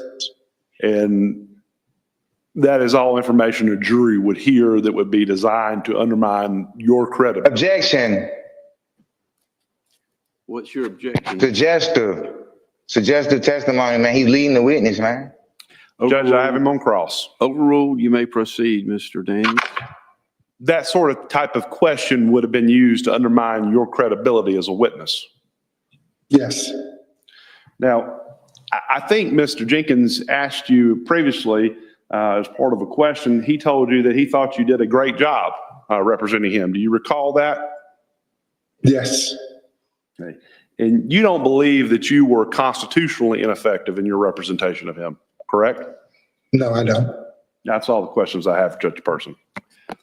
All right, Mr. Jenkins, do you have any follow-up questions about Mr. Daniels' line of? Absolutely. Snoopy, are you here? You do remember saying that you were ineffective assistance of counsel, and you feel that your duties were not met, and that it highly prejudiced your client on the record and for the record during the course of trial. Do you not remember that?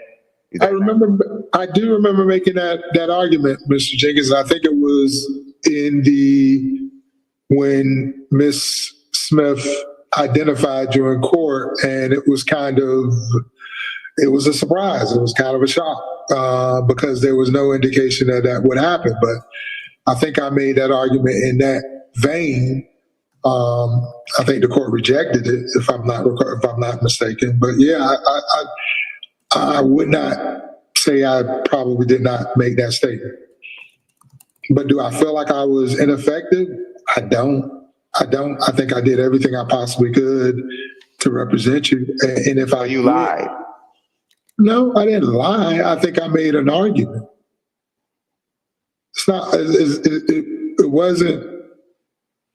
It wasn't me saying, and I'm trying, and I get your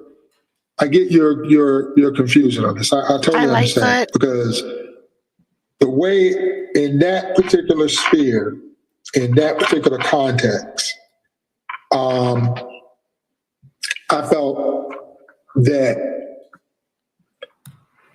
I should have seen that coming. So that's why I made that statement. But given the totality of your case and the totality of other things, I don't think I was ineffective.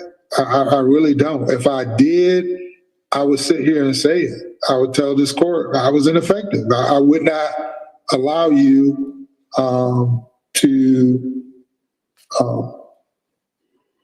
be under this sentence if I felt like I was ineffective. I would say, hey, I did a horrible job for Mr. Jenkins. I did not defend him to the best of my capabilities, and I was ineffective. Was that not your statement prior? Yeah, I just told you. Today? No, and I said I said in that context, that was my statement, yes. So was that a lie, or was that the truth of how you felt, Mr. Person? That's what I'm asking. At the time that I was making that argument, that's how I felt, yes. What changes the way you feel today, Mr. Person? Because I don't believe Here with life without plus 50. You was ineffective then. I mean, what changed it? Well, I don't think that was. I don't believe that resulted in your conviction, Mr. Jenkins. I really don't. I Hi, don't. Kelly. I mean, I understand you think. Oh, what, you mean all the other evidence? Do you think maybe it was the rest of the whole freaking trial that did it? Identification of any perpetrator in this case from a victim? Well, Mr. Jenkins, let's look at the facts. Miss Lawrence's testimony was not helpful to you. There was also testimony from several other people that testified about your involvement in this case. There was a testimony from, there were similar transactions that came in this case of individuals. There was an individual who you were in a car with that the police were chasing, that you allegedly made statements about your involvement in this case. So Ms. Smith's testimony was very harmful, but it wasn't the only brick in the wall. There were several other bricks. Understandable. And is it true that you and Mr. Jenkins never really saw eye to eye on the defense of this case from the get-go? There was an attorney status hearing where you actually were fired. Did I what? Where you were fired, an attorney status hearing, because you and Mr. Jenkins couldn't see eye to eye on the defense strategy that was taking place in this case? Well, you don't remember that? I mean, if you say so, Mr. Jenkins, there's never been a case that I've tried, and this is with defendants who've been acquitted, where there has not been some disagreements. I don't think our disagreement came to the point where I felt like I could not adequately represent you. And I think if there was a status hearing, I think the court would have asked you if you wanted to go forward with me, and you indicated that you did. So I don't think the court would have kept me on the case if our disagreement was adversarial. So you don't remember me being pro se? I mean, what arguments did I'm saying I don't. I'm saying. Can I rephrase that question? Pardon me. Let me rephrase that question. Yeah. What motions did you file, write, and argue in this case? Your Honor, I'm going to object. That's outside the scope of cross-examination, so it's improper for redirect. Well, Mr. Jenkins, you keep expanding your line of questioning, and Mr. Daniels' point is well taken, is your redirect is limited to the issues that Mr. Daniels brought up in his cross, and this new line of questioning is outside of that. I understand.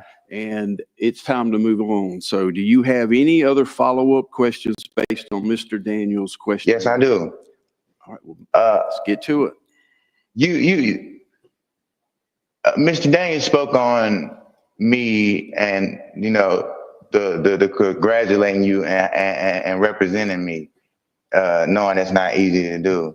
Do you think, are you more well-versed in the law than I am? Did you go to school for this? I did, yes.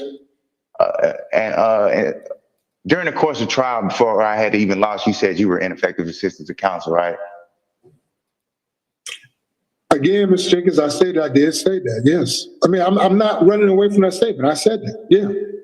You said, you did say that your actions were not strategic. Right. Yes, Mr. Jenkins, I 100% said it. It's on the record. I said. You did say you wasn't falling on no sword. I said, Mr. Jenkins, I just want to get perfect the record. I did. Really, I said that. Yes. I'm gonna let the record for I ain't. No, I mean I said it, Mr. Jenkins. I'm not. I have no further questions, Your Honor. All right. I think we've covered that. All right, Judge Persons, you are excused and you are free to go about your business. Thank you for your time, sir. You may disconnect the link. Yes, sir. Thank you. Thank you, Judge. Bye, Judge. All right, Mr. Jenkins, who do you want to call next as a witness? Or are you going to testify yourself? Oh, he's going to testify, just not yet, Judge. Hold on. Who is that? Well, that's not what I asked you, Mr. Jenkins. Are you? Yeah, I'm going to I'm definitely testifying. All right. Are you? I'm not my next witness though. That's why I'm trying to figure out who that is. Appears to be Mr. David. I know who that is. I know who Mr. Clark is. How you doing, Mr. Clark? I see a Brooke Stanley up there. Well, Mr. Jenkins, you don't need to worry about all that. Are you ready to testify now, Mr. Jenkins? No, I mean, I'm looking for my witness. Well, you haven't told me who that is. Who is your witness? Summer Lawrence, who I asked for a subpoena. The same one I served. I mean, well, Mr. Jenkins, she's not logged in. I don't know what to tell you. I'm not your lawyer. I can't get witnesses subpoenaed and present for you. She's not logged in. Her testimony is very detrimental, especially after the testimony of Mr. Person here today. I mean, there's very much contradicting statements and revelations of prosecutorial misconduct here. So I don't understand. Like, I actually have transcripts from my private investigator of their conversations. Like, well, this is my whole reason for suspending her. There is nobody else here in the courtroom, and Mr. Clark is standing by. You've indicated you want to call somebody else, but that somebody else is not here. And there's nothing I can do about it. They're not here. So what do you want to say about that? I would like to ask for a continuance. Well, you got a lot of preliminary work to do. You got to prove to me that you had this witness lawfully, legally subpoenaed. And I don't know if you did or didn't, but that's up to you. That's your burden, sir. Yeah, I mean, you see Mr. Person arrived here. I mean, that was issued their subpoenas at the same exact time by Miss Amy Clark. We're not talking about Mr. Persons now. So that witness is not here. So are you ready to testify now, Mr. Jenkins?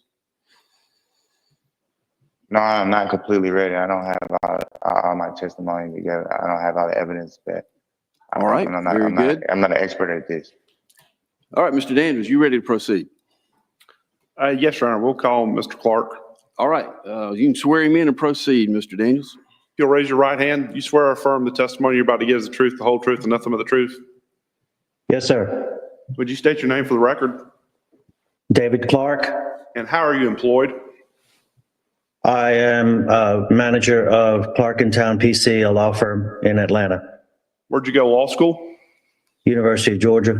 And when did you become a member of the Georgia Bar? 1989. Have you been a member in good standing since you joined the bar? I have. And can you describe generally the nature of the areas of your practice since you became a member of the bar?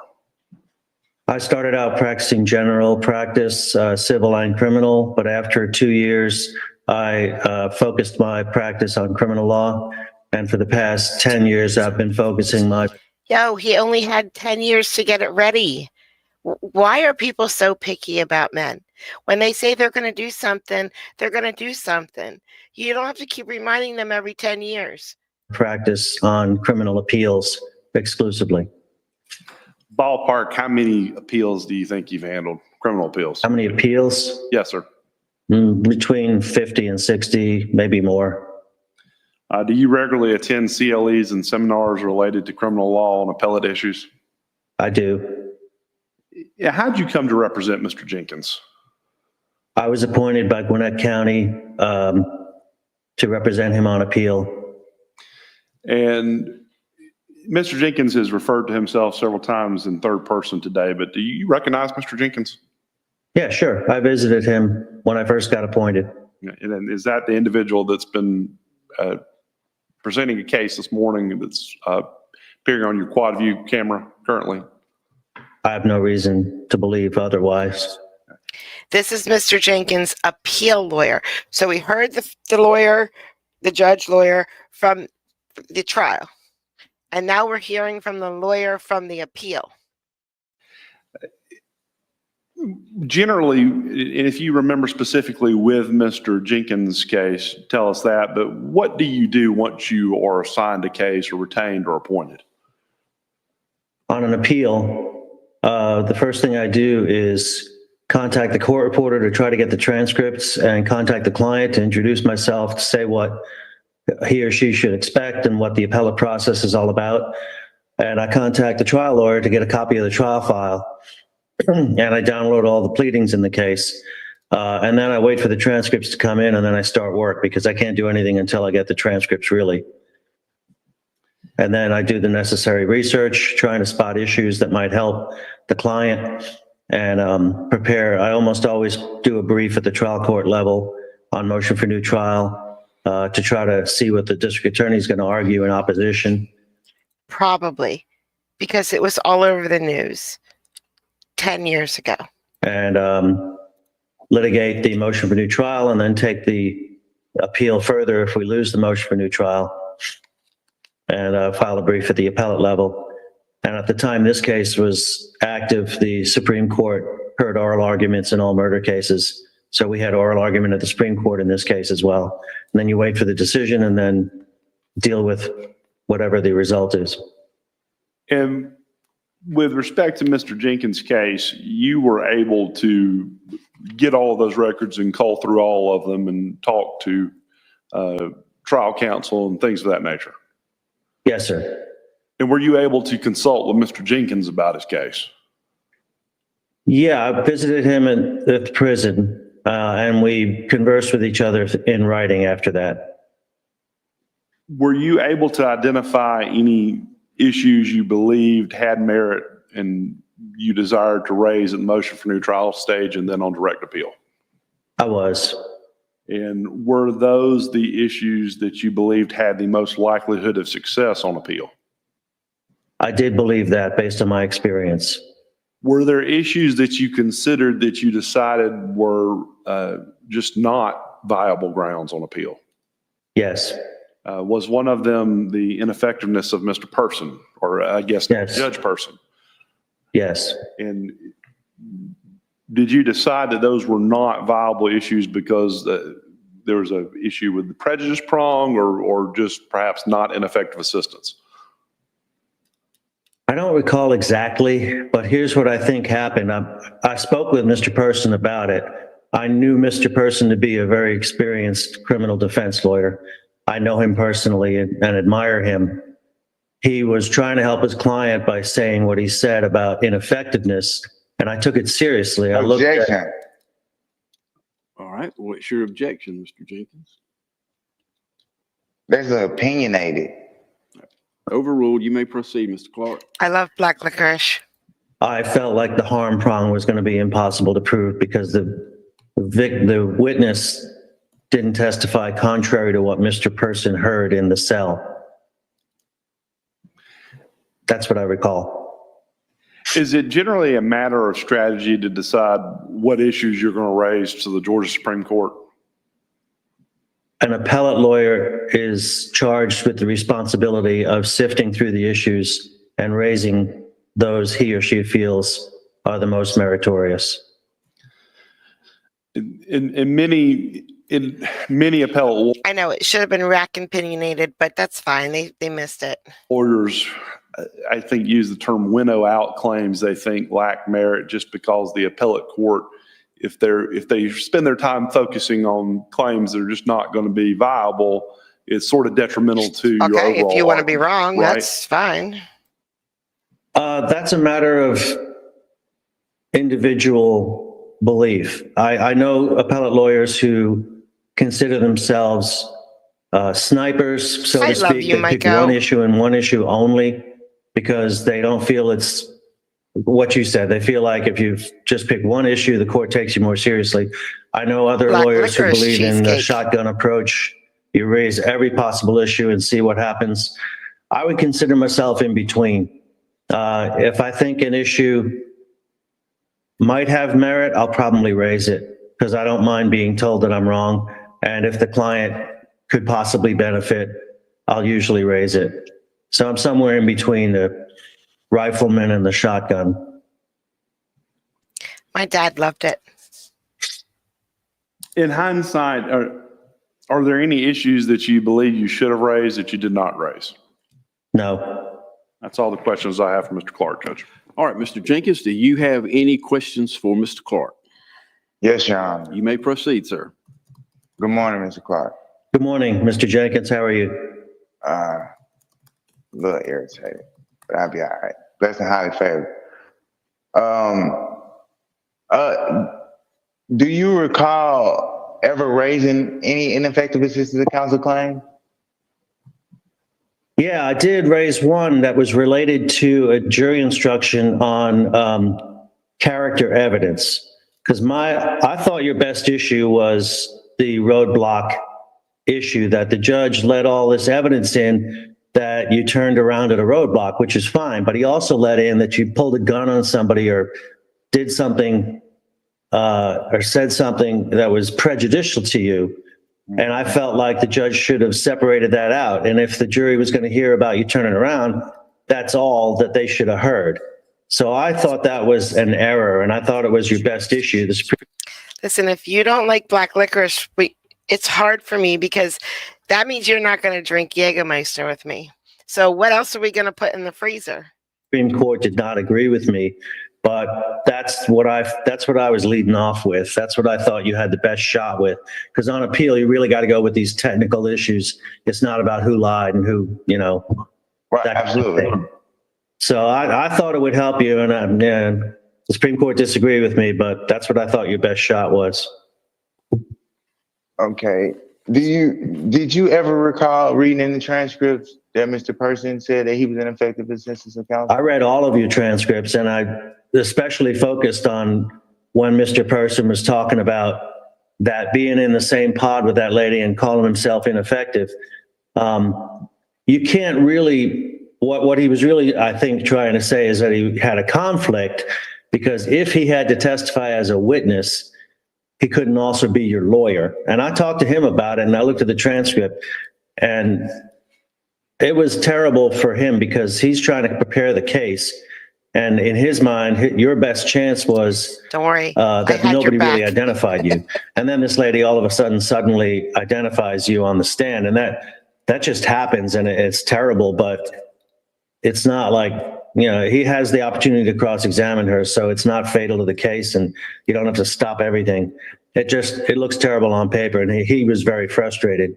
Long story short, he said something about being ineffective, but I don't think he was, because of this harm component, and it gets technical. But if the witness had said, I never told Mr. Person anything, I think it was Jamie Smith, right? So if she had taken the stand and said, no, I don't know who the hell Miss Wesley Person is, and I never talked to him. Now Wesley Person becomes a witness, because he's got to get on the stand and say, no, she talked to me and she told me this or that, or Summer Lawrence or whoever.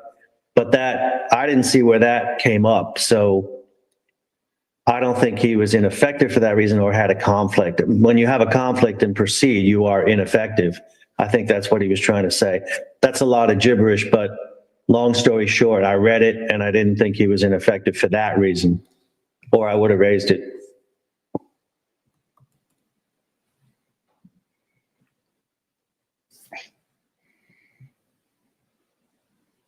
So your opinion was his opinion as itself was nothing? These are guys that y'all value. My strategy did not involve arguing ineffective assistance to the Supreme Court on that basis. It's not really about my opinion. It's about what the record showed and what the law says. And to the best of my ability, I could not fashion a meritorious ineffectiveness argument based on that. So you believe that any competent lawyer cannot find any type of way to implement any Sixth Amendment ineffective assistance of counsel claim where the trial counsel has deemed himself ineffective assistance of counsel for letting his client get identified and not being able to do nothing about it after he's been told.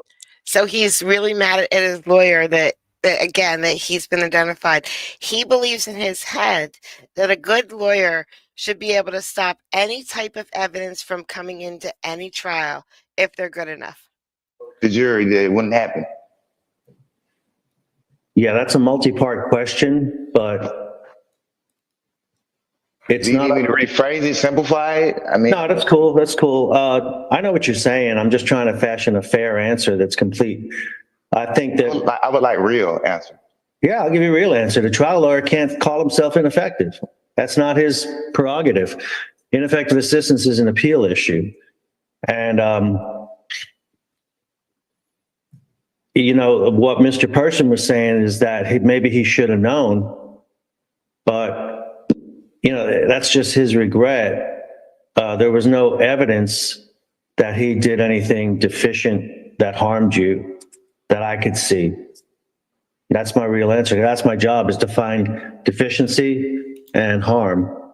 And I couldn't see where that was existing in the record. Okay.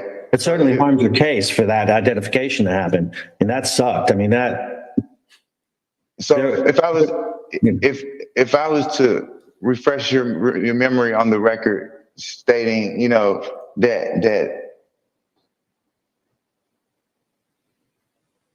because I got twisted for a moment, and this question is important. Or was it some mod? Was it Fozzie or was You it said some you don't mod? see where that would have brought me any harm, but had there not been no Summer and sharing the same, and I you know what, to be honest, I ain't got no further questions for you neither. All right, Man, the record is what it is, man. may this witness be excused, Mr. Daniels. Yes, Your Honor. And now All he right, starts Mr. to fall Clark, thank you apart. for your time, sir. You are excused and you are free to go about your business and terminate the link. Thank you, sir. I don't call him Yes, sick. sir. You can't God call gonna him get sick. y'all. What was that? I didn't I understand. said, God gonna get him. All right, Mr. Jenkins, you need to keep your comments restrained. All right, simply to the issues before the court. All right, Mr. Daniels, you have anything else to present? Yes, Your Honor. We'd tender the record from the Supreme Court of Georgia. Electronic? Yes, Your Honor. All right, Mr. Jenkins, what that means in plain English is that Mr. Daniels has obtained in an electronic format and fashion a complete record and transcripts from your underlying conviction, and he wishes to now tender that into evidence in this court.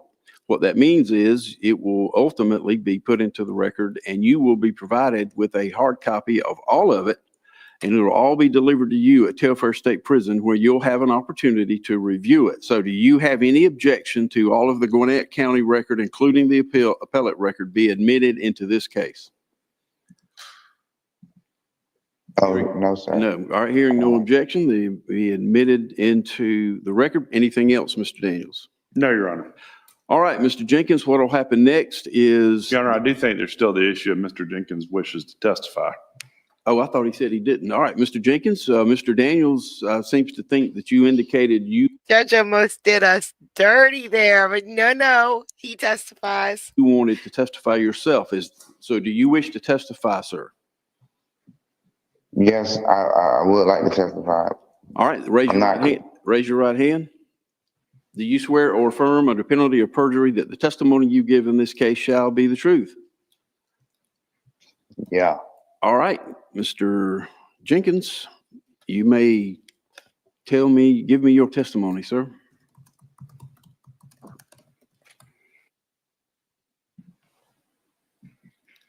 Me and Mr. Person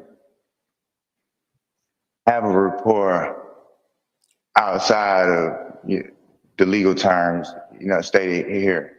So when this case was brought to me, it was natural for me to run to Mr. Person.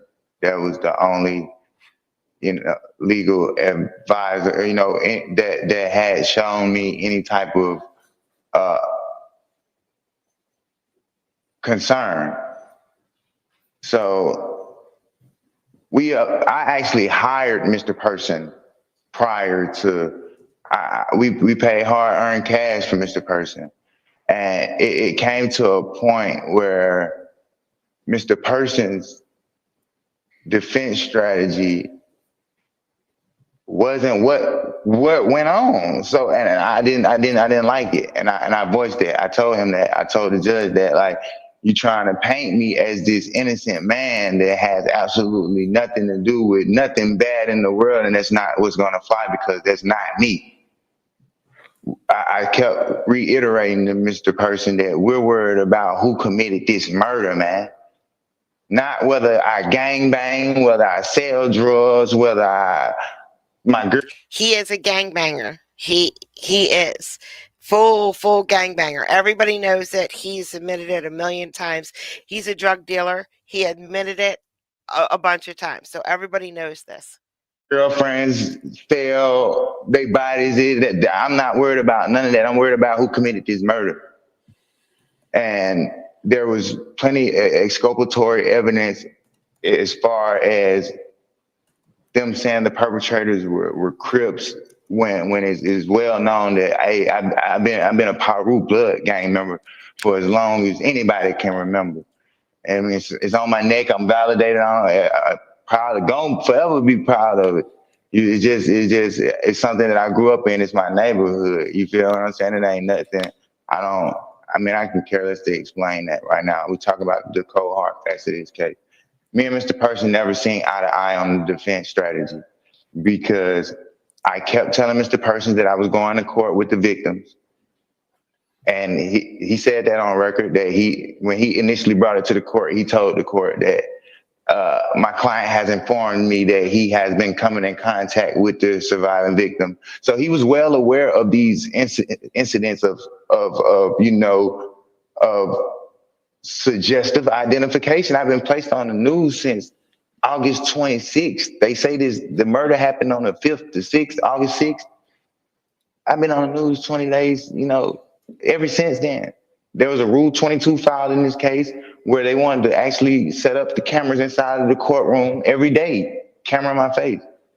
I've been named the shooter since the beginning of this case.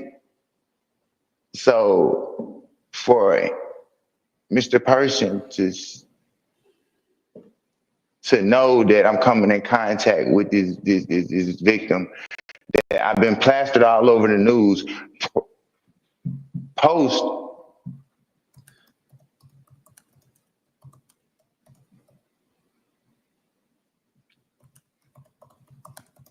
prior to her coming to identify me in court, and that there was no suggestive identification suppression, which I asked him, to do for me.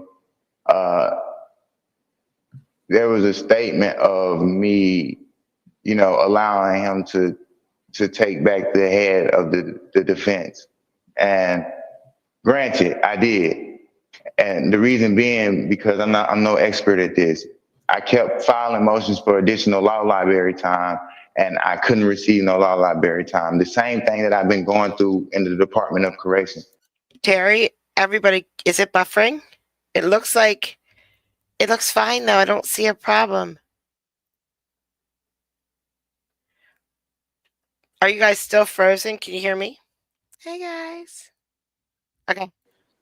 So I made sure to follow, to implement my paper trail and just go about this the best way I can possible, because at the end of the day, this is my life. And same reason why I'm speaking now. It is what it is. The record is perfected, man. He said he was ineffective assistance to counsel because he knew he could have prevented that. He knew he was told about these issues prior. He know that the victims, the surviving victim and the state star witness told them that they had been talking to each other. He noticed all this is the record. Right. So if this was something that was brought to his attention, that it could become a possibility, a problem, and the only hardcore evidence against me is that identification from the surviving victim, because the daughter said that main suspect had a mask on the whole time. So, those are contradicting statements. It's just like, it's this sole identification that lingers over me. Everything else is just, oh, he could have been, or he could have helped plot it, or, there's a lot of people around. We're talking about the underworld. You feel me? It's just Mr. Person tried to paint me to be something that I wasn't, and I didn't understand that, and that in itself was ineffective assistance to counsel. For him to sit there and try to make me paint this image and shine away from certain evidence because he don't want to open this door, open that door with, hey man, guess what? I sell weed, man. Hey, guess what? I'm Paru, man. That's what it is. I'm Paru. I sell weed. He sells more than weed. No, we're a brewery, so we only have locally created products. So all the beers that we have are brewed in-house. And the bourbon, the tequila, the gin, all of that is from a Pennsylvania distillery right down the road. Well, it's in Hershey, you know where the chocolate is. We're not allowed to sell anything because we're a brewery. We're not allowed to sell anything, any big chain stuff. We don't have Miller Lite. We don't have Tito's. I'm not this blue person though who's a Crip who she say is the guy that shot them though. That ain't me. So it was a lot of different. I think that really bugged him too. She said the word blue, and she got her colors wrong. Evidence and a lot of different circumstances that I felt should have been brought to the light, and he's sitting here telling me that, well, your hands are tied. I have the final say so. This is what I've been going through my whole bit. I got the final say so. You want to have the final say so? Represent yourself.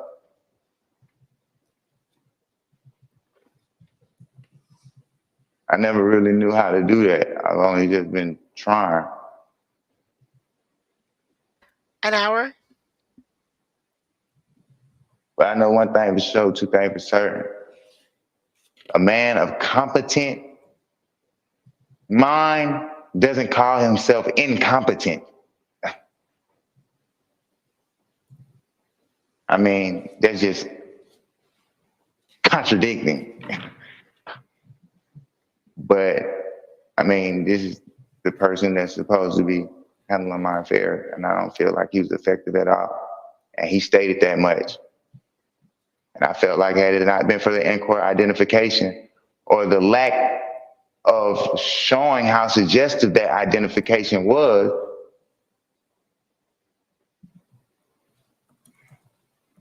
I wouldn't even be here. Your Honor, the district attorney told the state surviving victim not to talk to anybody that he didn't allow her to. I didn't know that was possible that I'm under the impression that we have the right to go question witnesses just as well as he does. I don't know. All I can do is give my argument, the factuals, and put the supporting case law behind it, and it's up to y'all forever. But y'all know what's up. Y'all know what's up. Y'all know that woman ain't never seen my face, man. Y'all know Nigel told that woman to go in there and point me out, man.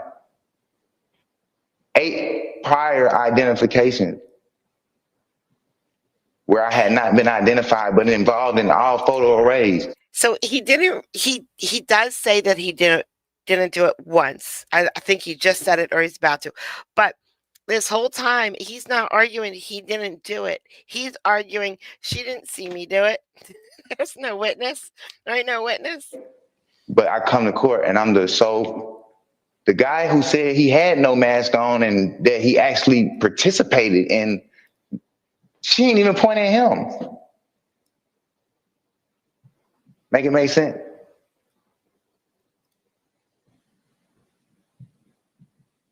I'm not trying to sit here and tell y'all that I'm not doing none of that. I'm telling you, that woman never seen me in her house. You can't identify somebody with a mask on. But I have documents that I would like to make sure and they are right here. I had my stepfather e-file or email a copy of the exhibit that I would like to make sure is actually, because these are the documentation, the email between the judge and the county jail about the rooming situation and them sharing cells, and all this has came to become factuals. Us actually, being transported together, the inmate separation list, which I'm not a part of, our court dates together, all this. Yeah, all these, just, documentation of Mr. This judge isn't that bad. Don't worry. This judge doesn't let them go on forever. This judge does this all the time. I've shown him do 4 or 5 of these so far. Here, you can only see these here. You can only see this judge here. The person being aware of us coming in contact with each other prior to, the in-court identification.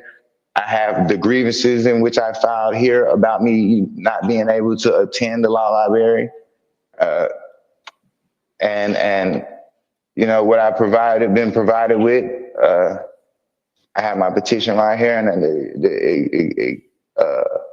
the investigator's report, and the transcripts I would like admitted. Well, the last thing you mentioned was the transcripts. We have all of the transcripts. They're admitted. But now all this other stuff, I don't know anything about those documents, Mr. Jenkins. And well, bluntly, the burden is on you to get them properly authenticated and before the court. They very well may be, but I don't have them, and I don't have any way to review them.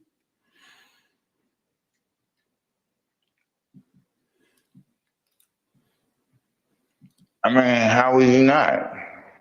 I mean, this is the habeas corpus proceeding, is it not? Well, Mr. Jenkins, where you must produce the body. You're reviewing me, are you not? There are rules. Correct me if I'm wrong. There are rules to get exhibits entered into the record. And I mean, I can't advise you on how to do it. All I can tell you is Peg they're leg, not in breathe. front of the court at this point. Breathe, I asked peg for leg. a continuance. I mean, I told you I'm not an expert at this here. They won't let us go to the law library. I have documents that's in my petition by itself alone. I mean, you can look at that right there. I've been having this issue for years now. Even back to the county, the superior, especially with COVID, it just went on. I mean, it's in there. Where I'm actually denied, and I actually didn't even get to review the record until I had to put in an open records request to review the record. Mr. Clark sent me a digital CD. I couldn't, they didn't even have the software here for me to review the contents. I've never seen the CD. Never seen it. Still got it. All right, CD, never seen the contents of the CD. Well, I haven't seen it either, Mr. Jenkins. So what else you got, Mr. Jenkins? I just told you I need a continuance. I need a continuance. Okay, and now the sub-sit appears out of nowhere, okay? We're fine. We're just going through a dumpster fire, and then all of a sudden, here we go. I can't even get to the law library. How am I supposed to school myself on how to implement my It only lasts a second. Everything's fine. exhibit? There we go. I can't even get to the law library. Been having this problem. The record will reflect. I've been denied access to the courts. I've been asking for extra law library time since the beginning of my case and didn't get it till a month before trial. That documentation's in there too, though. And they asked why the Wesley person end back up my defense counsel because they won't let me to the law library. Where's my access to the courts? Oh, but the Department of Justice just ruled that they don't have no access to the courts, though. So, I mean, but you know, Wesley person also said that he was ineffective. That don't mean nothing no more now. So, I mean. All right, anything else, Mr. Jenkins? I would like a continuance. All right, Mr. Daniels, you have any questions for Mr. Jenkins? I do. Mr. Jenkins, we'll start with, you indicated earlier there was a witness you wanted to be here today. that you had subpoenaed. Who was that? Summer. Summer Rain? Yes. I believe Summer Rain Lawrence is what you said her name was earlier. Yeah, that's her complete name. Summer Rain Lawrence. And did you send her a subpoena? Absolutely. Okay. And did you send it by certified mail?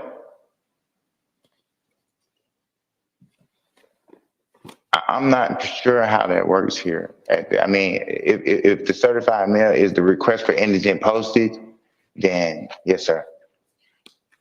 Okay. So you did not fill out a green card requesting that you get a card back showing that it had been served? No, we don't have that option here inside of prison. Okay. So you didn't use certified mail? We don't have that option available to us here in prison. 8 We don't have minutes. access to the courts and, like that. We only given what we're given here. Well, sir, The DOJ knows all about it though. Ask them. Ask the DOJ why we can't use priority mail. The DOJ knows all about it. They have a investigation finding. You can ask them. They say Telfair is one of them places. Okay. Did you include with your subpoena to Ms. Lawrence a check for the per diem fee for a witness? I'm not sure. Did I give her a check? No. Yes, sir. Did you send a check or money order, other certified funds for the per diem witness fee? No. I mean, I'm indigent. Okay. Former pauper is in here. I don't think.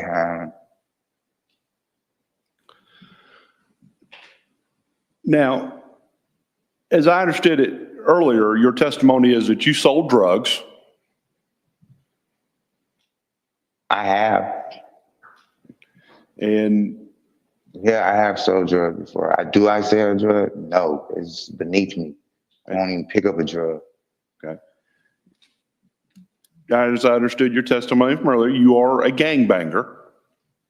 I mean, that's what they like to describe them as. I'm a political independent revolutionary unit, People in Righteous Unity. I'm Power Root, and that's what that stands for. And you're proud that you're a member of a gang. Yeah, I'm proud to be People in Righteous Unity. People in righteous unity. People in righteous unity. And as I understood you earlier, you said that your girlfriends sold their bodies? I mean, I'm from Chicago, Illinois. A lot of the females from Chicago, Illinois have sold their bodies to make ends meet. I mean, that's my reality. Now, at the time that you went to trial, you had a prior felony conviction for theft by receiving stolen property, right? Yes, sir.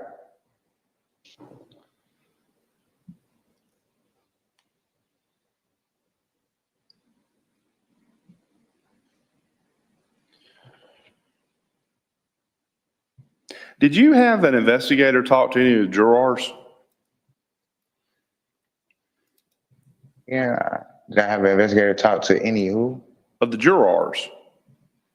The jurors? Yes, sir.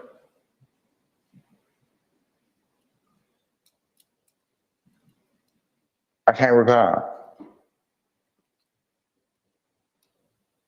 But you did at some point have an investigator that did some work for you. Absolutely. I done had investigators do work for me throughout this whole case. I've actually filed for funds for private investigators a couple times.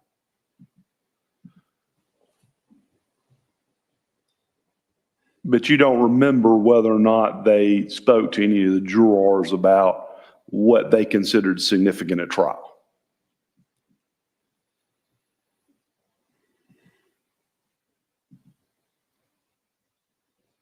I can't really recall. When it came to the private investigators, I was after what I know was a lie.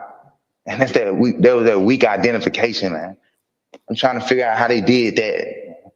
Let's start there, man. I ain't killed nobody, man. He finally said it. Now, earlier when you were questioning Judge Person, you kept referring to Mr. Jenkins. Is it? Yeah, because I proceed in the, yeah, Mr. Jenkins. I'm Mr. Jenkins' lawyer right now. You're Am I not? Sir, you don't get to ask questions during this time. You're not disputing that you are, in fact, Devin Jenkins. I am disputing that. Okay. Who are you?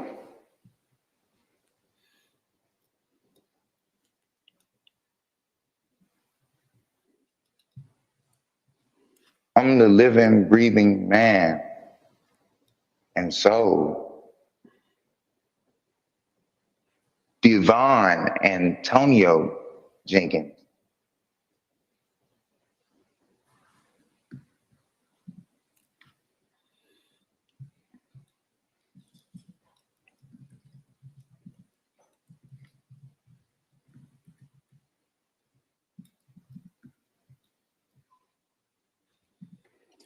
All right, anything else, Mr. Daniels? No, Your Honor.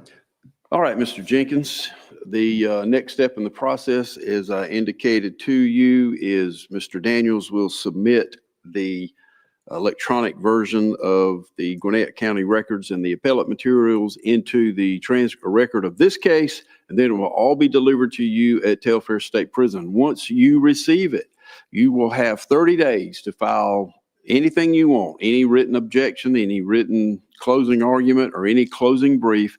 Get it in writing and get it filed with the clerk. And Mr. Daniels, of course, will have the same opportunity. And once that window closes, I will review the entire record and then make a ruling, and you'll be notified in writing of the court's ruling. Do you understand that, Mr. Jenkins?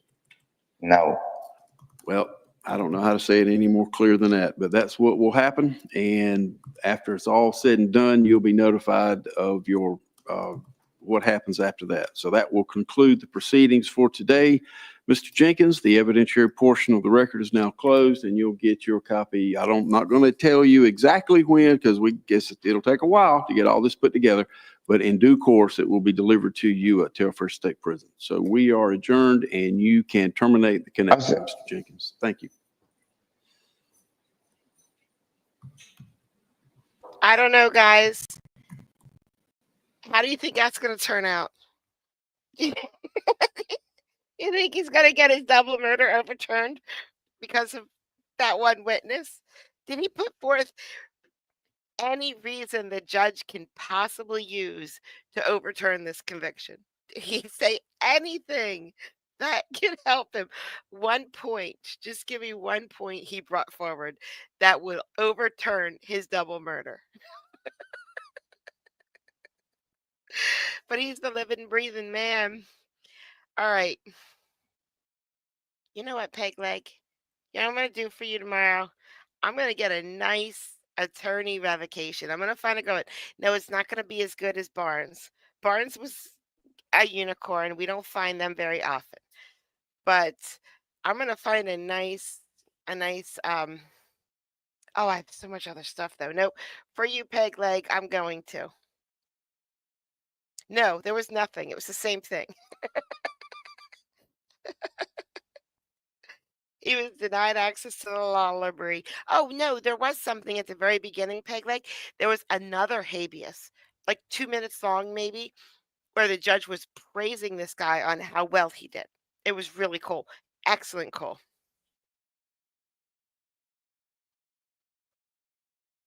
Yes, of course we can. Absolutely. That's a great idea. Why didn't I think of that?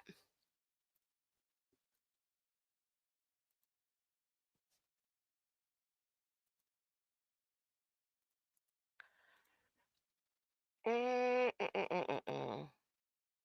have to tell me if I went too far.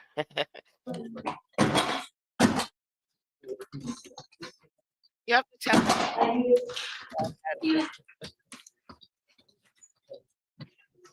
Bye, guys. Y'all have a good weekend. Bye.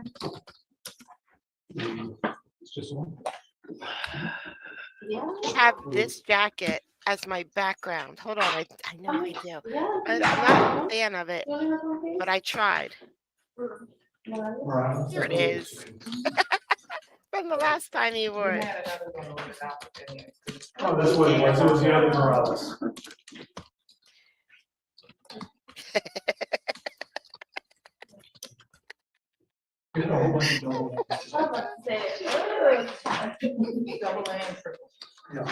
I found she listens to you. Fozzie, I lied. There's another 20 minutes. Just kidding. I'm gonna fast forward it. Okay, I think I see. Is that a card? It's right here. Good. The birthday cards, well wishes, Miss Etienne, thank you so much. Miss Maloney, Schutler, thank you for your sweet wishes. John, Mr. Cipolla, I don't want to say first names, but quite soulful. Wah, Mr. and Mrs. Morton, Miss Kalick, Mr. Finns, thank you so much. Miss Smith, Drunken Smurf, guys, thank you so much for all the sweet cards and you know, I'm turning 50 this year. I can't believe that I'm that freaking Where's old, my man. card? I sent him a card. You know, freaking 50. I guess I should be lucky. I still have a little bit of hair, you know, not much, but. All right, guys, we're gonna let you go. Thank you so much for hanging out with us. I'm just scared to show chat because there's assholes in chat.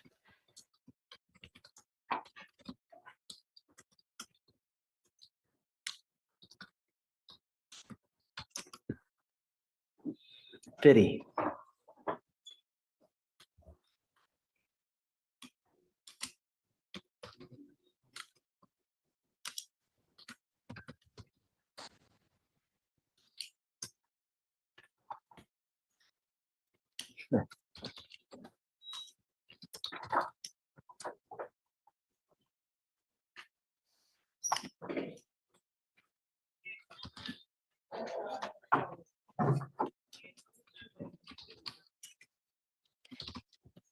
I am really, really, really thankful for everybody who sent a card. Thank you so, so, so, so much.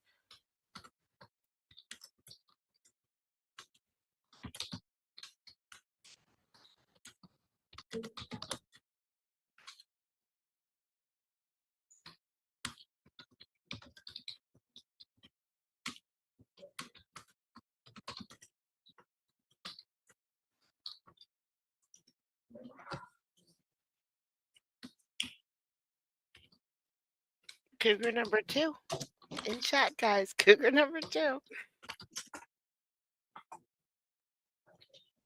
There is still time to send a card. Abso-freaking-lutely. Just pop it in the mail. I have extra. If you're like from a different country and it's expensive, let me know. I have extra cards right here to mail out right away. If you're just lazy, go send them a card.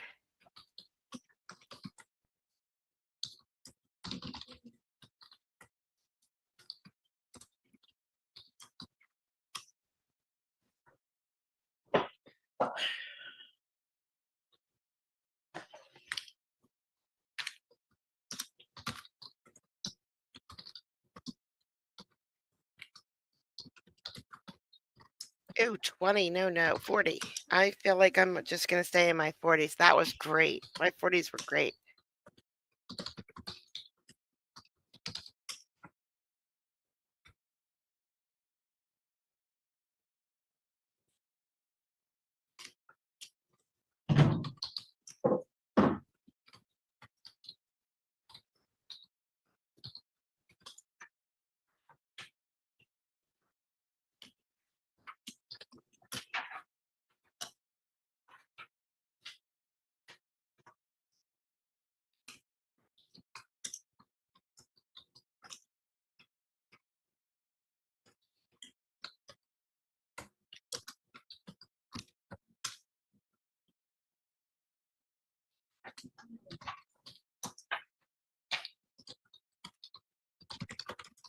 Right there, he confirmed.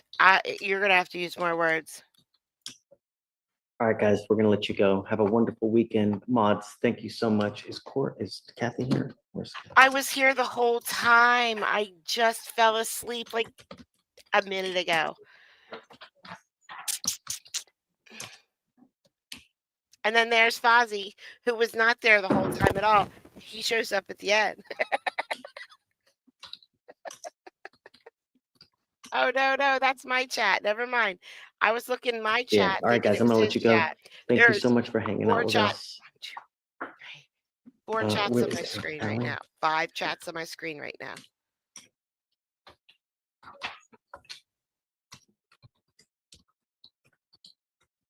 I wish I could take a screenshot of all these chats.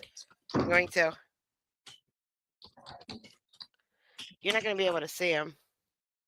Don't worry. Oh, it won't let me. I have a YouTube chat here. I have the YouTube chat here, and then the stream chat, and then the YouTube chat, and then the stream chat. I am not doing OJ today because I have to be at work we'll in see you later. 2 hours. Nope, it's Saturday. All right. 3 hours? I don't know. Bye, mods. Soon. Bye, friends. Thank you, family. Bye, Judge. He always does that. He just cuts it off. Cuts it off.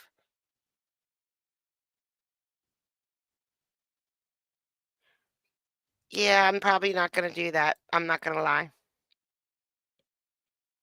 When I do a full review, I don't fully review anything. I definitely don't read back chat.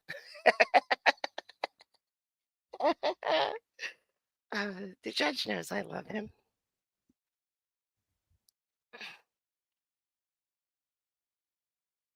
No. I don't think even I could because of all the monitors. Yeah, I could. Easy. But at least it's on there. He called out some people who sent a card.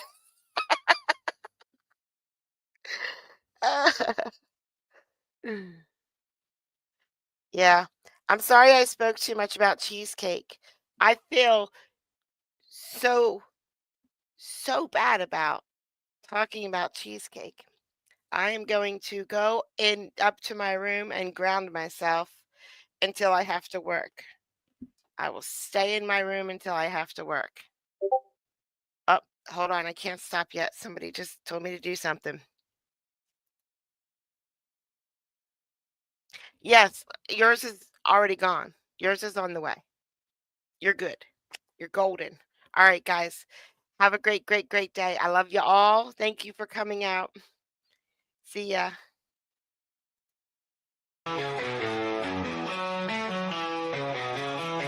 Got these life echoes, digital dreams.